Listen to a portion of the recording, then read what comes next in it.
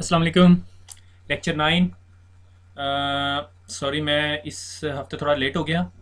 मेरे बेटे को चिकन पॉक्स निकले हुए इस वजह से। तो मगर ये लेक्चर पढ़ने के बाद आपके जो गिले शिकवे हैं, अभी उस्मान का किसी मैसेज आया हुआ था मेरे ख्याल में, सर खुदा का नाम है भेज दें भैया, मैंने जॉब भी करनी होती है और उसके बाद लेक्चर रिकॉर्ड करना होता है। कल मेरी पूरी कोशिश होती है कि हफ्ते में एक लेक्चर तो हो ही जाए, मगर ये लेक्चर मेरे ख्याल में 4 लेक्चर्स पे भारी है। और इसके बाद एक गुड न्यूज़ है, तो वो इसके बाद बताऊंगा। मुझे लगता है इस लेक्चर के एंड तक मैं खुद ही गुड न्यूज़ भूल जाऊंगा। ठीक हो गया? तो बिस्मिल्लाहिर्रहमानिर्रहीम शुरू करते हैं। अगेन जिन जिन लोगों ने लाइक किया बहुत बहुत शुक्रिया फेसबुक पे। तो आगे चलते हैं। पिछले लेक्चर में मैंने आपको बताया था कि मैं आपको ज़रा जो वॉल सॉकेट और पैच पैनल दिखा दूंगा। तो ये जी पैच पैनल का फ्रंट होता है, ये इस तरह का पैच पैनल होता है और इसमें से एक एक केबल निकल के आपके स्विच के अंदर लगी हुई होती है। ठीक है? तो हर पैच पैनल के ऊपर ना नंबर लिखा होता है, लाइक इसके ऊपर 1 लिखा हुआ है, इसके ऊपर 2 लिखा हुआ है, इसके ऊपर 3 लिखा हुआ है। और इसके बैक एंड पे ना आपकी आके इथरनेट की केबल्स लगी हुई होती हैं। ठीक है? हर एक एक केबल आके निकल के लगी होती है, यानी एक केबल के अंदर आपके पास 8 केबल्स होती हैं, यानी 4 पेयर्स होते हैं। और वो फिर यहाँ से निकल के दीवार के अंदर से गुजर गुजर के और फिर इसके अंदर आ रहे होते हैं। और अगर इसके ऊपर लिखा हुआ है 2 और इसके ऊपर लिखा हुआ है 3, तो इसका मतलब है ये जो 2 केबल है वो ये यहाँ पे जा रही है। ठीक है? और यहाँ से केबल निकल के आपके स्विच में जा रही होती है। ठीक है? तो ये वॉल सॉकेट कहलाती है, ये पैच पैनल कहलाता है। ठीक है? ये आपकी कैबिनेट में लगा हुआ होता है और इसके साथ स्विच पड़ा हुआ होता है। ठीक है? और ये जो सी है आपकी बिल्डिंग के अंदर दीवार पे लगी हुई होती है। ठीक है? जिस तरह घर में टेलीफोन की सॉकेट लगी हुई होती है। ठीक है? इस तरह की चीज़ है। आगे चलते हैं।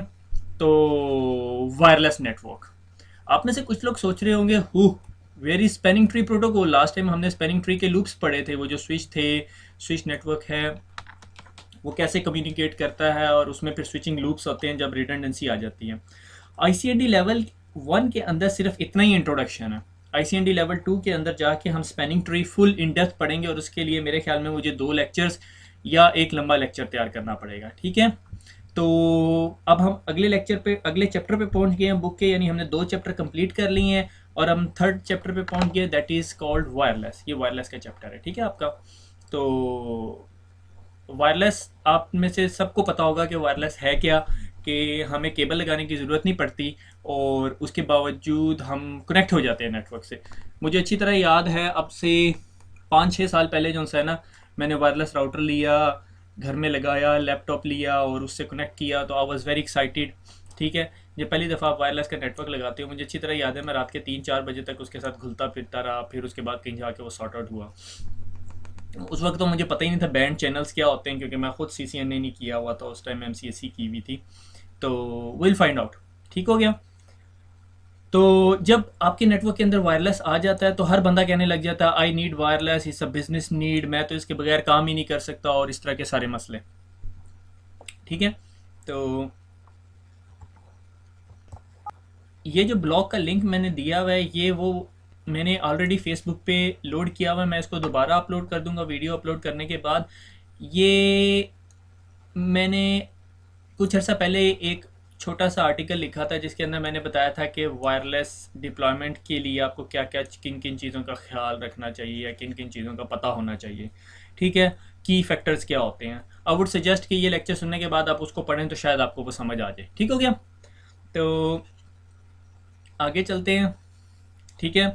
तो आपको पता है कि वायरलेस जो सी है वो फ्रीक्वेंसीज़ पे काम करती है, जिस तरह हमारी साइन वेव्स होती हैं। ठीक है? अब मैं उसकी सारी इन डेप्थ में नहीं जाना चाहता। मेरे ख्याल में जिसको बहुत ज़्यादा शौक है तो वो फिज़िक्स पढ़ ले, और जिसको मेरी तरह शौक नहीं है वो जान छुड़ा ले। ठीक है? तो लाइक सॉर्ट ऑफ ये साइन वेव्स होती हैं और फ्रीक्वेंसी का यूनिट होता है हर्ट्ज़। ठीक है? और नंबर ऑफ वेव्स जो एक स्पेसिफिक पॉइंट से क्रॉस करती हैं within 1 second is known as a frequency. अगर मैं कहता हूँ कि ये स्पेसिफिक पॉइंट है और यहाँ से नंबर ऑफ वेव्स 1 सेकेंड के अंदर लाइक 1000 वेव्स गुजरती हैं, तो सॉर्ट ऑफ 1000 हर्ट्स मेरे ख्याल में फ्रीक्वेंसी हो जाएगी। और अगर 100,000 हो जाएगी तो मेगा हर्ट्स हो जाएगी, फिर इसी तरह गीगा हर्ट्स हो जाएगी, जो 1000 का मल्टीपल होता जाएगा। ठीक है? तो बहरहाल इस फिजिक्स थिंग। ठीक है? तो अब मैं इस चीज़ की डेप्थ में नहीं जाऊँगा कि पीरियोडिक टाइम क्या होता है। Just for your information, periodic time is equal to 1/2 of the frequency, के आधी आधी जो हमारी फ्रीक्वेंसी है उस फ्रीक्वेंसी को डिवाइड कर दिया जाए 1 के साथ तो पीरियोडिक टाइम निकल आता है। फिर अगर आपने स्पीड मालूम करनी है तो फ्रीक्वेंसी मल्टीप्लाई विद वेवलेंथ क्या होती है, ये सारी चीज़ें फिजिक्स से रिलेटेड है। I am not gonna go in depth in it, ठीक है। तो wireless access point, wireless access point क्या है कि आपकी जो वायरलेस की एपी है, या जो वायरलेस की एपी क्या होती है, या वायरलेस का एक्सेस पॉइंट क्या होता है, जिस तरह हमारा नेटवर्किंग का स्विच होता है इस तरह वायरलेस की ए का स्विच होता है, that is known as wireless access point. वो क्या होता है, वो एक बॉक्स होता है और उसके ऊपर एंटीने लगा होता है या नहीं लगा होता है डिपेंडिंग अपॉन द मॉडल्स। आजकल जो एंटीने आ रहे हैं उनके, आजकल जो वायरलेस की एपीज आ रही हैं उनमें एंटीना नहीं होता, और वो जो से हैं वायरलेस के सिग्नल्स ट्रांसमिट कर रहे होते हैं, ठीक है। Wireless is sort of a wave, जो मैंने अभी आपको पढ़ाई है वेव्स, ठीक है। आपकी जिस तरह साउंड की वेव्स होती है इसी तरह वायरलेस में भी वेव्स यूज़ हो रही होती है, ठीक है। ये जो फ्रीक्वेंसीज और ये सारी ड्रामेबाजी, ठीक है। मगर ये जो सा है ये शेयर्ड मीडियम होता है और ये हाफ डुप्लेक्स कम्युनिकेशन होती है। ये एक बहुत की पॉइंट है, this is half duplex communication, ठीक है। आपके पास मार्केटिंग का बंदा आएगा, कहेगा जी ये टेक्नोलॉजी लगाएं आपको 300 Mbps मिल जाएगी, ठीक है। वो 300 Mbps नहीं मिलेगी। जब आप उससे इन डेप्थ जाके बात करेंगे तो आपको पता चलेगा भाई वो 300 Mbps है ही नहीं। आप कहेंगे यार 300 Mbps मिल रही है मुझे, इथरनेट पे 100 Mbps मिल रही है तो बहुत अच्छी है। आपको ये बताता चलूँ, आपको ये लेक्चर सुनने के बाद बहुत कुछ क्लियर हो जाएगा जो मुझे आपसे 2 साल पहले तक क्लियर नहीं था, कि वायरलेस के ऊपर कम्युनिकेशन हाफ डुप्लेक्स होती है, और हाफ डुप्लेक्स कम्युनिकेशन अगर कोई कह रहा है 300 Mbps तो आपकी इथरनेट की वो 150 Mbps के इक्वल हो जाती है। और अगर हम फर्दर डिटेल में जाए और स्ट्रिक्टली स्पीकिंग बात करें तो वो 100 Mbps के इक्वल भी नहीं होती। उसकी वजह ये है कि वायरलेस का जो आपका हेडर होता है वो बड़ा होता है एज़ कम्पेयर टू आपका ईथरनेट का हेडर। आपको याद है हमने ईथरनेट का एक हेडर पढ़ा था 802.3, ये ईथरनेट का स्टैंडर्ड था हमारा कॉपर का जो डाटा लिंक लेयर पे काम करता था लेयर 2 पे, ठीक है। इसी तरह वायरलेस का एक स्टैंडर्ड है 802.11, ठीक है। वो एड्रेस करता है कि लेयर 2 का फ्रेम कैसा होगा, तो लेयर 2 का फ्रेम उसका बड़ा होता है। हम इसको इन डेप्थ डिटेल थोड़ा सा डिस्कस करेंगे, ठीक है। गो के सिस्को की बुक के अंदर ये सारी चीज़ें नहीं है। आज का लेक्चर ना मैंने कोई बहुत ज़्यादा स्लाइड्स बना दी थी, फिर अब से 1 घंटा पहले बैठ के मुझे एहसास हुआ, मैं क्या नहीं यार ज्यादती ना कर काशिफ, और ना मैंने कुछ स्लाइडें काट दी बीच में से, ठीक है। पर अभी भी मुझे लग रहा है कि मैं बहुत सारी इन्फॉर्मेशन, बहुत सारी बकवास इधर यहाँ ऐसी कर रहा हूँ जो बिल्कुल आपको ज़रूरत नहीं है, सिर्फ वो इस चीज़ की वजह से करनी पड़ रही है कि मुझे कुछ ज़्यादा ही आदत है पढ़ाने की, ठीक है। क्योंकि जब आप किसी चीज़ को बेसिक लेवल से लेके चलते हो तो आपकी अंडरस्टैंडिंग बहुत अच्छी होती है, ताकि आपको फ्यूचर में अगर कभी ट्रबल शूटिंग की जरूरत पड़े तो ट्रबल शूट हो जाए। सिस्को इसमें बहुत सारी चीज़ें मैं ऐसी डिस्कस करूंगा जो सिस्को ने डिस्कस ही नहीं की हुई, कुछ इन्फॉर्मेशन आउटडेटेड है। मेरे ख्याल में ICND की बुक अभी कोई लेटेस्ट आई नहीं है। अगर 2-3 सालों में सिस्को वो बुक लिखेगी तो उसमें कुछ नई टेक्नोलॉजीज डिस्कस करेगी जो कि मैंने घुसा दी आज के लेक्चर में, ठीक है। तो आगे चलते हैं। तो जो फ्रीक्वेंसीज होती हैं वो बैंड्स कहलाते हैं, फ्रीक्वेंसी बैंड्स होती हैं, ठीक है। और उन फ्रीक्वेंसीज को लाइसेंस कर दिया गया। आप हर चीज़ को यूज़ नहीं कर सकते, हर फ्रीक्वेंसी को यूज़ नहीं कर सकते। लाइक आपने 2 ऑफिस आपस में कनेक्ट करने हैं और आपने से कहा मुझे 3 गीगाहर्ट्ज़ पे हम लोग आपस में एक दूसरे के साथ कम्युनिकेट करेंगे। 3 गीगाहर्ट्ज़ की फ्रीक्वेंसी के साथ हम लोग आपस में 2 ऑफिस कनेक्ट कर दिए, और कुछ अरसे के बाद जी आपके ऑफिस में पहुंच जाएंगे वो फ्रीक्वेंसी के जो भी पाकिस्तान में डील करते हैं उन चीज़ों के साथ, या जो आपके कंट्री में डील करते हैं, तो वो कहेंगे भाईजान आपने तो ये फ्रीक्वेंसी बाय नहीं की भी, ठीक है। मगर उन्होंने कुछ फ्रीक्वेंसीज वर्ल्ड वाइड जो सी है, मगर इसमें भी थोड़ा सा कॉन्फ्लिक्ट है कि जो उन्होंने अनलाइसेंस्ड बैंड ऑफ फ्रीक्वेंसीज कह दिया गया, ठीक है। वो अनलाइसेंस्ड बैंड है, उनके लिए आपको लाइसेंस लेने की ज़रूरत नहीं अगर आप उन्हें यूज़ करेंगे, ठीक है। ओवर द ईयर कहीं भी यूज़ कर रहे हैं, बिल्कुल सिटी के अंदर भी यूज़ कर रहे हैं, ठीक है। इससे पहले मैं आपको थोड़ा सा एक चीज़ पे लेके चलता हूँ, दैट इज़ दिस वन, ठीक है। ये वायरलेस बैंड है, ये extremely low, very low frequency है। ये ऑडियो हमारी साउंड कुछ इस रेंज में फॉल हो रही होती है, ठीक है। Medium, high, very high frequency. हमारी जो वायरलेस की बैंडविड्थ है वो इस अल्ट्रा हाई और सुपर हाई फ्रीक्वेंसी रेंज के अंदर फॉल करती है।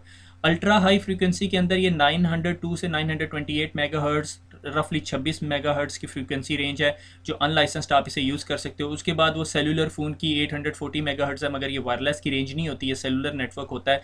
फिर उसके बाद अल्ट्रा हाई के थोड़े से लास्ट रेंज के अंदर 2.4 से 2.4835 गीगाहर्ट्ज़ की फ्रीक्वेंसी रेंज है। ये गीगाहर्ट्ज़ होगी, ये मेगाहर्ट्ज़ थी, ठीक है। ये आप इसको परेशान होने की ज़रूरत नहीं है, मैं अभी आपको एक्सप्लेन करता हूँ। और उसके बाद सुपर हाई के अंदर ये 505 गीगाहर्ट्ज़ आ गई है, ठीक है।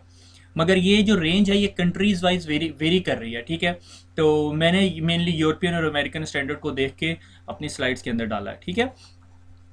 तो ये कहाँ पिछली स्लाइड में चला गया, ठीक हो गया, रिज्यूम स्लाइड शो, ठीक है। अच्छा, अब अनलाइसेंस्ड बैंड है 902 से 928 मेगाहर्ट्ज, आप इसे यूज़ करना चाहें आप करो, ठीक है, कोई आपको नहीं रोकेगा, कोई आप पे रिस्ट्रिक्शन नहीं लगाएगा भैया आप क्यों यूज़ कर रहे हैं, वो अलग बात है, आप थोड़े अरसे में खुद ही तंग आ जाएंगे इससे। क्योंकि अगर आप किसी ऐसे मेट्रोपॉलिटन सिटी में जहाँ पे बहुत सारे लोगों ने अनलाइसेंस्ड फ्रीक्वेंसीज पे अपने नेटवर्क या अपनी साइट्स कनेक्ट की हुई हैं, तो आपको शायद इंटरफेरेंस मिले आपस में, ठीक है। लाइक आपका ये ऑफिस है, ठीक है, और आप अपने ऑफिस के से दूसरे ऑफिस को से कनेक्ट कर रहे हैं, और आपने कहा जी हमारी जो फ्रीक्वेंसी है ना वो है जी 500 गीगाहर्ट्ज़ या 5 गीगाहर्ट्ज़, ठीक है, और इधर से ही एक और ऑफिस है उसकी भी फ्रीक्वेंसी इसी तरह की है, और वो आपकी फ्रीक्वेंसी से कोलाइड करेगी क्योंकि आप दोनों के दो एक ही स्पेक्ट्रम पे लाए कर रहे हैं, ठीक है। लाइक आप ये कह लो कि मोटरवे है, मोटरवे पे लेन्स हैं, लाइक 1 2 3 4, ठीक है, 2 3 और ये 4 होगी, ठीक है। तो लेन 1 जो सी है वो फ्रीक्वेंसी 1 गीगाहर्ट्ज़ है, ये 2 गीगाहर्ट्ज़ है, ये 3 गीगाहर्ट्ज़ है, ये 4 गीगाहर्ट्ज़ है। 1 गीगाहर्ट्ज़ पे हमने कहा जी साइकिल भी जा सकती, मोटरसाइकिल भी जा सकती, रेडी भी जा सकती, सारा कुछ जा सकता है, ठीक है। 2 पे हमने कह दिया जी जो 10 रुपये टूल प्लाजा भरेंगे वो है, जो 20 रुपये भरेंगे वो ये हैं, और 30 रुपये वाले हैं जो 100 रुपये या 30 रुपये भरेंगे वो इस लेन में जा सकते हैं। अब अगर इस लेन के अंदर सबसे आगे जो है वो गदर रेडी वाला आ गया आपके, तो फिर आप तो लाहौर पहुंच जाएंगे 4 5 दिनों में, ठीक है। या फिर आप बीच में 2 नंबरी करेंगे, हम लोग करते होते हैं कि ओवरटेकिंग करेंगे, ठीक है। बहरहाल आगे चलते हैं। तो ये जो अनलाइसेंस्ड बैंड है इसका एक डिसएडवांटेज ये है कि आपके अलावा भी बहुत सारे लोग यूज़ कर रहे होंगे। जब आपके अलावा बहुत सारे यूज़ कर रहे होंगे तो पॉसिबिलिटी है कि आपके और उसके दरमियान इंटरफेरेंस आ जाए। इंटरफेरेंस यानी आपके सिग्नल्स आपस में कोलाइड कर रहे हो, ठीक है। तो 900 मेगाहर्ट्ज़ जो सा है और 2.4 गीगाहर्ट्ज़ को इन्होंने स्टैंडर्ड को, इन बैंड्स को इन्होंने नाम दिया ISM, industrial scientific and medical purpose के लिए यूज़ होता है। तो बहरहाल ये हर पर्पज़ के लिए यूज़ होता है, आप सब कर लो, बस इसको नाम ISM दे दिया। फिर उसके बाद इन्होंने इंट्रोड्यूस किया 5 गीगाहर्ट्ज़ का बैंड जो 5.150 गीगाहर्ट्ज़ से लेके 5.350 गीगाहर्ट्ज़ तक है। जापान में ये 5.485 तक जाता है गीगाहर्ट्ज़ तक, depending upon the country wise कि किस कंट्री के ने कितनी रेंज को अनलाइसेंस्ड बैंड करार दे दिया गया। इसको नॉर्मली अगर आप कहीं लिखा हुआ देखें UNII, तो ये unlicensed national information infrastructure band, ये 5 गीगाहर्ट्ज़ के बैंड को यूनी बैंड कहते हैं, और 900 मेगाहर्ट्ज़ और 2.4 को ISM कहते हैं, ठीक है। तो मगर जिस तरह मैं ऑलरेडी बता चुका हूँ कि अगर आप किसी ऐसे सिटी के अंदर है जहाँ बहुत सारे लोग वायरलेस यूज़ कर रहे हैं तो इंटरफेरेंस आएगी, ठीक है। लाइक मेरे घर में के साथ वाले घर भी 2.4 गीगाहर्ट्ज़ यूज़ कर रहा है, मैं भी 2.4 यूज़ कर रहा हूँ, मेरा नेक्स्ट नेबर भी 2.4 गीगाहर्ट्ज़ यूज़ कर रहा है, या अगर मैं फ्लैट में रह रहा हूँ हम सारे 2.4 गीगाहर्ट्ज़ कर रहे हैं, तो उसमें इंटरफेरेंस आएगी। किस तरह आएगी, फिर हम उसमें चैनल्स ट्यून करेंगे, सॉर्ट आउट करेंगे, वो फिक्स हो जाएगा, हम उसको आगे डिस्कस करते हैं, ठीक है। अच्छा, फिर उसके बाद वायरलेस जो सा है, सवाल ये पैदा होता है वायरलेस ईथरनेट से डिफरेंट किस तरह है, ठीक है। आपको याद है कि ईथरनेट का स्टैंडर्ड था 802.11, ठीक है, 802.3 सॉरी, 802.3 वायरलेस का स्टैंडर्ड था। फिर उसके बाद हमने एक और स्टैंडर्ड देखा जो 802.11 है, जो कि हमारा वायरलेस है। अब ये जो 802.11 है ये लेयर 1 एंड लेयर 2 पे चेंजेस करेगा, लेयर 3 लेयर 4 पे नहीं करेगा। आप ये नहीं कह सकते कि जी वायरलेस के लिए TCP यूज़ नहीं होगा, IP एड्रेस यूज़ नहीं होगा, वो सारा कुछ यूज़ होगा, मगर वो लेयर 3 और लेयर 4 की इन्फॉर्मेशन है, उसको हमने टच नहीं करना, ठीक है। अगर आपको याद हो जब हमने लेयर 2 का हेडर पढ़ा था ईथरनेट का, जिसमें हमारी कॉपर केबल की कनेक्टिविटी थी, तो हमने देखा था कि 14 बाइट्स का हेडर बन रहा है, और ये देखो 802.11 का कितने बाइट्स का हेडर बन रहा है, 30 बाइट्स का हेडर। तो ये double the size of the header है। अगर मैं कहता हूँ मेरा ये डाटा पैकेट है, ठीक है, और इसके साथ इतना सा हेडर लगता है ईथरनेट पे, तो वायरलेस पे ये हेडर कितना हो जाएगा, इतना हो जाएगा। तो अब डाटा इसके अंदर कितना जा रहा था, ज़्यादा, और इसके अंदर कितना डाटा जा रहा था, कम जा रहा था, या MTU साइज़ बड़ा हो जाएगा, ठीक हो गया, जो भी सिचुएशन है। अच्छा, इसके अलावा आपको याद होगा कि हमने ईथरनेट के अंदर एक चीज़ पढ़ी थी CSMA-CD, कोलिजन डिटेक्शन, कि कोलिजन होती है, वो ब्रीफ जैमिंग सिग्नल भेज देता है और उसके बाद फिर सब रुक जाते हैं। इसके अंदर ऐसा नहीं होता, इसके अंदर CSMACA यूज़ होता है, जो कैरियर अवॉइडेंस की टेक्नोलॉजी है, ठीक है, टेक्निक है। CSMACA कैसे काम करता है, जब दो डिवाइसेस मीडिया पे या वायरलेस के ऊपर या फ्रीक्वेंसी के ऊपर डाटा फेंकने लगती हैं, तो वो रेडी टू सेंड और क्लियर टू सेंड के सिग्नल्स फेंकती हैं, ठीक है, कि क्या मैं डाटा फेंक सकती हूँ, हाँ जी अब आप फेंक सकते हो, ठीक है, फिर वो डाटा जाता है, ठीक है। अगर वो सिर्फ ये इन्फॉर्मेशन फेंकता है कि भाई क्या मैं डाटा फेंक सकता हूँ, उसी टाइम किसी ने दे दिया, तो थोड़ा सा डैमेज होगा। साइकिलों का, कभी आपने सुना है साइकिल के एक्सीडेंट से जो सा ट्रैफिक जैम हो जाए, नहीं होती, ठीक है। इसी तरह ट्रक के तसादुम से या गाड़ियों के दो गाड़ियों के तसादुम से जो सा है वो ट्रैफिक जैम हो सकती है, साइकिल के नहीं। तो वो सारे डिवाइसेज जिन्होंने शेयर्ड मीडिया के ऊपर यूज़ कम्युनिकेशन करनी होती है using CSMA collision avoidance technique के साथ, वो क्या करती हैं कि छोटा सा एक पैकेट भेजती हैं, जा भाई निके जा बाहर जाके देखिए सड़क खाली है, सड़क खाली है तो गड्डी कटांगे। वो वाली सिचुएशन है कि भाई वो छोटा जो पैकेट है वो बाहर जाके देखता है मीडिया क्लियर है तो वो होता है। ठीक है, फ्रीक्वेंसीज के ऊपर एक और छोटी सी बहस आती है। मैं आपको एक रिसेंट एक्सपीरियंस बताता हूँ कि हम लोगों ने एक जगह ना वायरलेस डिप्लॉय किया। डिप्लॉय करने के बाद ना अब लग तो जाता है वायरलेस, मगर वायरलेस की ट्रबल शूटिंग बहुत जलील करती है आपको। बल्कि आपके पास वो एक टेस्टर होता है फ्लूक का, क्लियर वायर के नाम पे। अगर आप फ्लूक की वेबसाइट पे जाए ना तो ये नेटवर्क को टेस्ट करने के लिए हर साल जो से ना नए तरीके के ना वो टेस्टर निकाल रहे होते हैं, और काफ़ी इंटेलिजेंट इसके जो टेस्टर्स होते हैं। ठीक है, तो इसका क्लियर वायर का एक वायरलेस का टेस्टर था। तो हुआ ये कि हमने जी एक जगह पे वायरलेस लगा दिया, वायरलेस लगा के वहाँ गए। मैंने कहा ये बड़ा सुकून का काम है, बस लग गया ये तो। दो पेज लगाने होते हैं, एपी लग जाती है और एपी कनेक्ट हो जाती है। एपी जब मैं कह रहा हूँ तो एक्सेस पॉइंट, वो जो छोटा सा स्विच है जो सही है मैंने आपको यहाँ दिखाया है। ठीक है, तो वो लगा के आगे हम लोग। अब होता ये था कि थोड़ी देर से बाद हमें कंप्लेन आ गई जी ये जो इस स्पेसिफिक फ्लोर के ऊपर जब वायरलेस लगा हुआ होता है तो ये दोपहर को जी बंद हो जाता है, कोई कनेक्ट नहीं कर सकता और स्पीड बहुत स्लो हो जाती है। हमने शुरू में उन्हें टाल टूल दिया, हमने कहा नहीं नहीं ये जब आप इंटरनेट की स्पीड, लोग ये कहते थे इंटरनेट की स्पीड कम हो जाती है, हमने टाल दिया। हमने कहा भाई वो जब आप लंच करते हो ना तो सारे इंटरनेट ब्राउज कर रहे होते हैं तो इस वजह स्लो हो जाता है। फिर थोड़ी देर से बाद आ गई जब वो क्रिटिकल, जब वो हेड के पास पहुंच गई तो फिर हमने भी काम किया जाके। तो काफ़ी देर खपते खुपते रहे तो बाहर आखिर में पता क्या पता चला कि जब लंच होता है तो लोग अपने माइक्रोवेव ओवन्स यूज़ करते हैं, और माइक्रोवेव जो सा इंटरफेरेंस क्रिएट करता है। अब मुझे एग्जैक्टली बैंड याद नहीं, वो मेरे ख्याल में 2.4 गीगाहर्ट्ज़ के साथ बहुत ज़्यादा इंटरफेरेंस क्रिएट करता है, और वो ना कोई 22.4 और 2.450 के दरमियान कर रहा होता है। तो वो उससे जो चैनल 1 और 6 जो से ना वो बहुत बुरी तरह डिस्टर्ब होते हैं। ठीक है, तो होता ये था कि जब वो दोपहर में लोग करते होते थे तो वो बैठ जाता था सारे का सारा वायरलेस का नेटवर्क, जितने जितने उस एरिया में होते थे या जो भी लोग थे। और जब उससे बाहर निकल जाते थे तो माइक्रोवेव यूज़ करना बंद कर, तो सब ठीक हो जाते थे। तो वायरलेस का सबसे बड़ा मसला ये होता है, इसको ट्रबल शूट करने के लिए आपके पास कोई फिजिकल मीडियम नहीं है, गाइडेड मीडियम नहीं है। वायरलेस इज़ अनगाइडेड मीडिया, जहाँ आपको नज़र नहीं आ रहा, बस आपने फेंकने हैं, सिग्नल जा रहे हैं। ठीक है, तो उसके लिए आपके पास अच्छे टेस्टर होने चाहिए, उसके बगैर ट्रबल शूटिंग बहुत मुश्किल हो जाती है। ठीक है, तो ये थोड़ी सी स्टोरी थी कि मेनली हम लोग जो दो बैंड्स डिस्कस करेंगे इस ओवरऑल वायरलेस के अंदर वो 2.4 और 5 गीगाहर्ट्ज़ हैं। ठीक है, 2.4 थोड़ी पुरानी टेक्नोलॉजी थी, 5 अब बिल्कुल नहीं है, मगर आपकी CCNA की बुक ने ज़्यादा डिस्कस नहीं किया, but I am gonna go into more details of this one. ठीक है, अच्छा, अब रेडियो फ्रीक्वेंसी की एक खासियत होती है जो known as a characteristic. 5 gigahertz जो सी है डेफिनेटली आपको पता हायर फ्रीक्वेंसी से ये फ्रीक्वेंसी ज़्यादा होगी और ये फ्रीक्वेंसी कम होगी। ठीक है, तो फ्रीक्वेंसी, मगर उसका मसला ये होता है हायर फ्रीक्वेंसी के ऊपर आपका डाटा रेट ज़्यादा होता है। ठीक है, आप ज़्यादा डाटा भेज सकते हो। ठीक है, क्योंकि आपका कैरियर सिग्नल जो है ज़्यादा पावरफुल होता है और आप उसके ऊपर ज़्यादा डाटा भेज सकते हो, मगर उसकी रेंज कम होती है। ठीक है, 5 गीगाहर्ट्ज़ के अंदर ये है कि अगर मेरे पास लाइक एक कमरा है और मैंने यहाँ पे एक वायरलेस की एपी लगा दी। ठीक है, से मैंने कहा ये मेरी वायरलेस की एपी है और इससे सिग्नल निकल रहे हैं। ठीक है, और ये कवरेज दे रही है जी से इतने एरिए को। ठीक है, जब मैं इसी की जगह 2.4 गीगाहर्ट्ज़ लगाऊंगा, तो मुझे कलर का भी पता चल गया, 2.4 गीगाहर्ट्ज़ लगाऊंगा तो क्वाइट पॉसिबल है कि जी वो ये कवरेज दे रही हो मुझे। ठीक है, क्योंकि 2.4 गीगाहर्ट्ज़ लो फ्रीक्वेंसी है मगर उसकी पेनिट्रेशन पावर ज़्यादा होती है, बट हायर डाटा रेट नहीं मिलता। But no higher data rate, यहाँ पर नो होना चाहिए था। ठीक है ना, no higher data rate higher नहीं मिलता, मगर उसकी रेंज ज़्यादा होती है।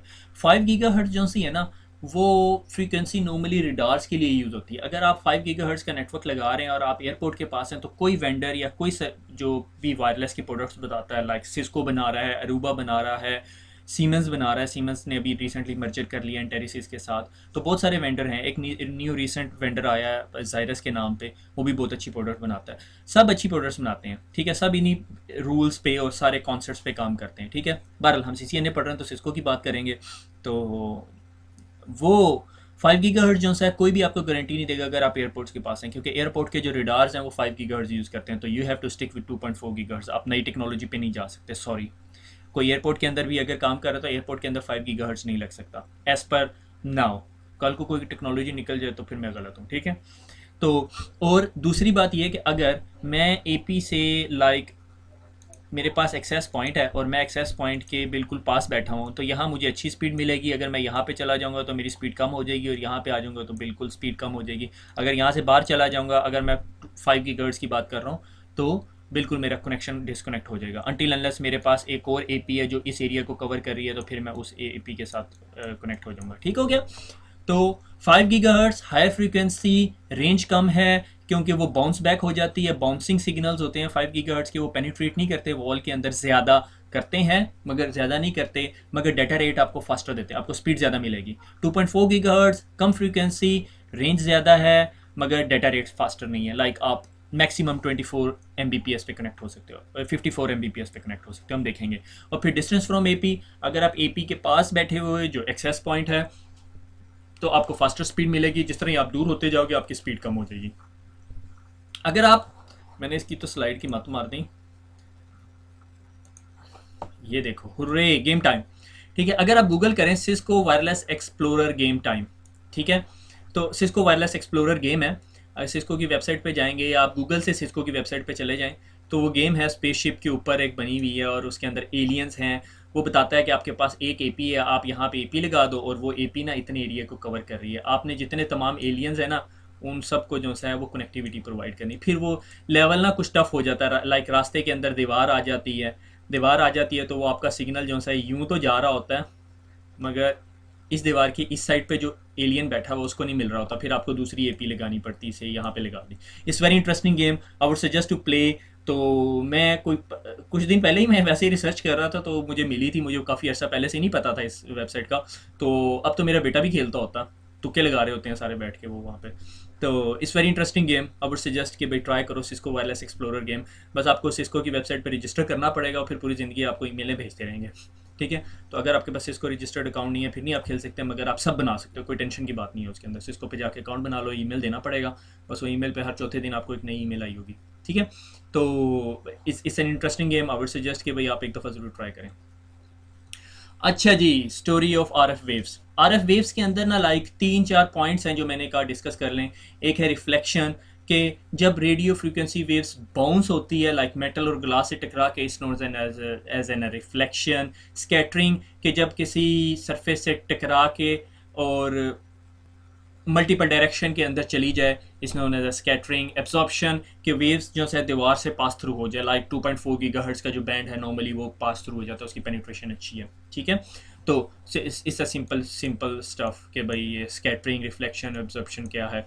CCNA के पेपर के अंदर एग्जाम में आ सकता है कि अगर मैंने एक वेव्स ली जो मेटल या ग्लास से टकरा के फ़ौरन वापस आ रही हैं तो वो क्या रिफ्लेक्शन है, स्कैटरिंग है, एब्जॉर्प्शन है, या तीसरा क्वेश्चन ऑल ऑफ देम है, तो आपने बताना होगा कि दिस इज़ अ रिफ्लेक्शन। ठीक हो गया।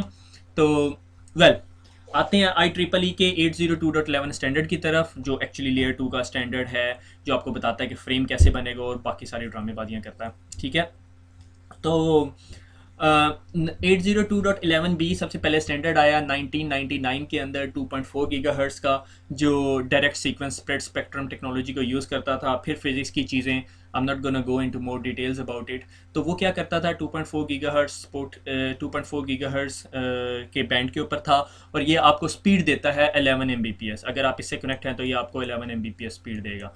ये पुरानी टेक्नोलॉजी थी जो आजकल अब कोई नहीं यूज़ कर सकता, इसलिए मैं नॉर्मली कहता हूँ कि 802.11b से आप याद कर लो, इट्स अ बैड वन। ठीक है, इट्स बैड वन। ठीक है, फिर उसके बाद अगर आप इस चीज़ को ध्यान दें, 1999 के अंदर ये आया और 1999 के अंदर ही ये आया 802.11a, मगर इसकी खासियत ये थी कि ये 5 गीगाहर्ट्ज़ के ऊपर काम करता था। ठीक है, और ये आपको स्पीड देता था 54 Mbps। सवाल ये पैदा होता है यार, अगर जब ये टेक्नोलॉजी थी तो फिर लोगों ने इस चीज़ को क्यों यूज़ किया। उसकी वजह ये थी, ये भी मुझे सिस्को की बुक से रिसेंटली पता चला, कि जब 1999 के अंदर ये दोनों टेक्नोलॉजीज़ डेवलप हुई, आई ड्राफ्ट हुए, इन्होंने 802.11a की जो चिप बनाने के लिए एक सिलिकॉन चिप यूज़ होती थी जो बहुत एक्सपेंसिव थी और अवेलेबल नहीं थी मार्केट में, तो वो प्रोडक्ट्स कम होगी और बी की प्रोडक्ट्स ज़्यादा आनी शुरू होगी, जो भी उसके लैन कार्ड के अंदर जो सिलिकॉन चिप नहीं लगती होती थी, क्योंकि ये जो 5 गीगाहर्ट्ज़ का जो बैंड है वो OFDM यूज़ करता है। ठीक है, तो ये जो सी है ए जो सी है वो हिट नहीं हो सकी। फिर उसके बाद उन्होंने थोड़ी सी उसके अंदर और एडवांसमेंट की 2.4 गीगाहर्ट्ज़ के अंदर ही, तो कुछ और मॉड्यूलेशन टेक्नोलॉजीज़ को यूज़ किया और 2003 के अंदर उन्होंने टेक्नोलॉजी निकाली 802.11g, जो से इसमें क्या करते थे, चैनल बॉन्डिंग कर देते थे, 20 गीगाहर्ट्ज़ के दो चैनल जोड़ के स्पीड फास्टर कर दी और ये जो सी रफली 54 Mbps देती थी। ठीक है, और फिर उसके बाद इन्होंने एक और अभी रिसेंट टेक्नोलॉजी आई है that is known as 802.11n। ये बैकवर्ड कंपेटिबल है, ये 2.4 गीगाहर्ट्ज़ की रेंज में भी चलेगी और 5 गीगाहर्ट्ज़ की भी रेंज में ही चलेगी। जब आप बाज़ार से एपी ख़रीदते हो ना, एक्सेस पॉइंट ख़रीदते हो, तो वो बता रहा होता है कि वो 2.4 गीगाहर्ट्ज़ का पे ट्रांसमिट करेगा या 5 गीगाहर्ट्ज़ पे। तो कुछ एक्सेस पॉइंट्स जो अब मार्केट में बहुत फ्रीक्वेंटली अवेलेबल हैं वो कहते हैं वो सपोर्ट ड्यूल बैंड, या आप कहीं वर्ड देखोगे ड्यूल बैंड सपोर्ट, जब आप वायरलेस का कंट्रोलर भी लेने जाओगे तो वो भी बता रहा होगा जी ड्यूल बैंड सपोर्ट। इसका मतलब है कि वो 2.4 भी सपोर्ट करता है और 5 गीगाहर्ट्ज़ भी सपोर्ट करता है। ठीक है, तो अगर आपने एक वायरलेस कंट्रोलर लिया, ठीक है, वायरलेस कार्ड लिया जो अपने लैपटॉप में, तो अगर उस पर लिखा हुआ है ABGN, तो इसका मतलब है ए यानी 5 गीगाहर्ट्ज़ भी सपोर्ट करेगा और BGN 2.4 भी करेगा। अगर उस पर सिर्फ लिखा हुआ है BGN सपोर्ट करता है, और बहुत सारे लोग इसको मिस सेल भी करते हैं कि N सपोर्ट कर रहा है, N टेक्नोलॉजी सपोर्ट कर रहा है, मगर ये सारी 2.4 गीगाहर्ट्ज़ है। जब तक उसके साथ ए नहीं लगा होगा इसका मतलब है वो 5 गीगाहर्ट्ज़ सपोर्ट नहीं करता। ठीक है, एन क्योंकि 2.4 भी सपोर्ट करता है, 5 गीगाहर्ट्ज़ भी सपोर्ट करता है, और मज़े की बात ये है कि जो एन टेक्नोलॉजी है वो क्लेम करती है कि हम आपको 300 Mbps तक लेके जाएंगे। और वंस अगेन जब ये बात कर रहे हैं 300 Mbps की, तो इसका मतलब है 300 Mbps हाफ डुप्लेक्स। ठीक है, यानी एक्चुअली 150 Mbps, और 150 Mbps में भी हेडर की निकाल नकूल के तो 100 Mbps तक ले जाएंगे। Well is better than 54 Mbps। ठीक हो गया, तो 802.11n बड़ा ज़ोर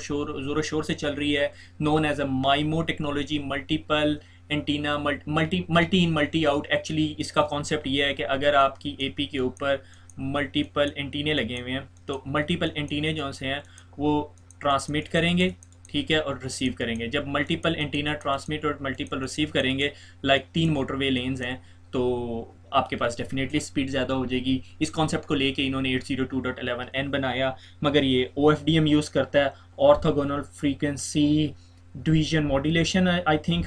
ठीक है, ये OFDM की मैं इतनी डिटेल में नहीं जाऊंगा, बस थोड़ा सा एक रिव्यू देता हूँ कि मल्टी कैरियर मॉड्यूलेशन टेक्नोलॉजी है। ADSL के अंदर भी यही इस तरह की कोई चीज़ यूज़ होती है, मगर that is known as a DMT technology.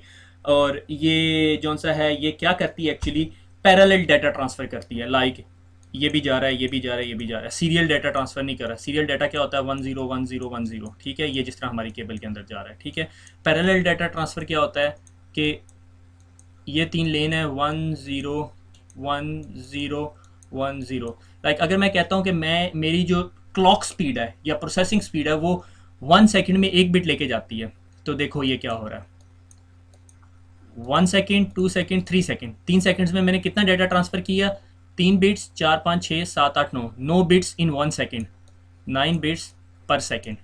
ये मेरी स्पीड होगी जब मैं पैरेलल कम्युनिकेशन कर रहा हूँ। जब मैं सीरियल कर रहा हूँ तो देखो क्या है, 1 2 3 बिट्स पर सेकंड, तो 1 सेकंड में 3 बिट्स। तो इससे डेफिनेटली डिफरेंस पता चल रहा है आपको कि अगर मैं 3 एंटीने 3x3 माइमो का मतलब है, यानी उसको अक्सर लोग कहते हैं 3x3 माइमो के 3 डेजी चेन जो से रेडियोज़ हैं वो आपस में एक दूसरे कम्युनिकेट करके डाटा को सेंड और ट्रांसमिट करते हैं। इसके अंदर अब लेटेस्ट जो एक और कॉन्सेप्ट आ रहा है इज़ 4x4 माइमो। ठीक है, CCNA की बुक बिल्कुल इसको डिस्कस नहीं करती। आई डोंट थिंक सो कि इसको CCNA के एग्ज़ाम में भी आपसे इसकी बात की जाएगी। हाँ, अलबत्ता CCNA वायरलेस में मैं कोई गारंटी नहीं दे सकता। ठीक है, तो ये OFDM को यूज़ करता है, OFDM के अंदर फिर DFT FFT आ जाता है। इसको बिल्कुल डिस्कस करने की ज़रूरत नहीं है, जो कोई इंजीनियर होगा उसको शायद थोड़ा सा अंदाज़ा हो। ठीक है, तो बहरहाल इन शॉर्ट आपको ये पता होना चाहिए कि 802.11n is the latest technology that works with 2.4 gigahertz के साथ भी काम करती है, 5 गीगाहर्ट्ज़ के साथ भी, और 100+ स्पीड देती है। नॉर्मली ये कहते हैं कि हम 300 Mbps देते हैं, 2.4 के साथ ये 300 नहीं एग्जैक्टली दे सकता, ये लाइक 250 तक रहता है, और 5 गीगाहर्ट्ज़ के साथ ये कहता है 350 तक, 400 तक भी कुछ लोग क्लेम करते हैं अगर आपके पास अच्छी एपी और सिग्नल टू नॉइज़ रेशो कम है। ठीक है, तो माइमो का कॉन्सेप्ट यूज़ होता है कि मल्टीपल एंटीने जो से मल्टीपल इनपुट और मल्टीपल आउटपुट है, और इसके अंदर मॉड्यूलेशन टेक्नोलॉजी जो यूज़ होती है वो OFDM यूज़ हो रही है, जो कि आपके ADSL में भी यूज़ होती है, वो DMT के नाम पर यूज़ हो रही होती है। ठीक है, चैनल्स 2.4 गीगाहर्ट्ज़ चैनल की बात कर रहे हैं। ये देखो, हम जब फ्रीक्वेंसी की बात करें तो हमने फ्रीक्वेंसी को डिवाइड कर लिया। ठीक है, तो से 2.4 गीगाहर्ट्ज़ की जो रेंज है वो मैंने बताई थी आपको, 2.412 से शुरू होती है, 2.484 तक जाती है। तो देखो कि पहला चैनल जो शुरू हो रहा है वो यहाँ से शुरू होता है और एग्जैक्टली ये यहाँ पे जाके यानी 22 मेगाहर्ट्ज़ का रफली एक चैनल होता है।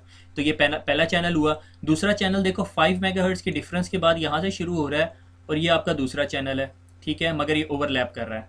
ठीक है, अगर मैं कहूँ कि मेरे पास 2 एपीज़ हैं, ठीक है, एक एपी ये है और एक एपी ये है। ठीक है, और इसका जो फुटप्रिंट है, एपी का फुटप्रिंट होता है वो ये है, और इस एपी का फुटप्रिंट जी रफली ये है। ठीक है, एक पे चैनल 1 चल रहा है और एक पे चैनल 2 चल रहा है।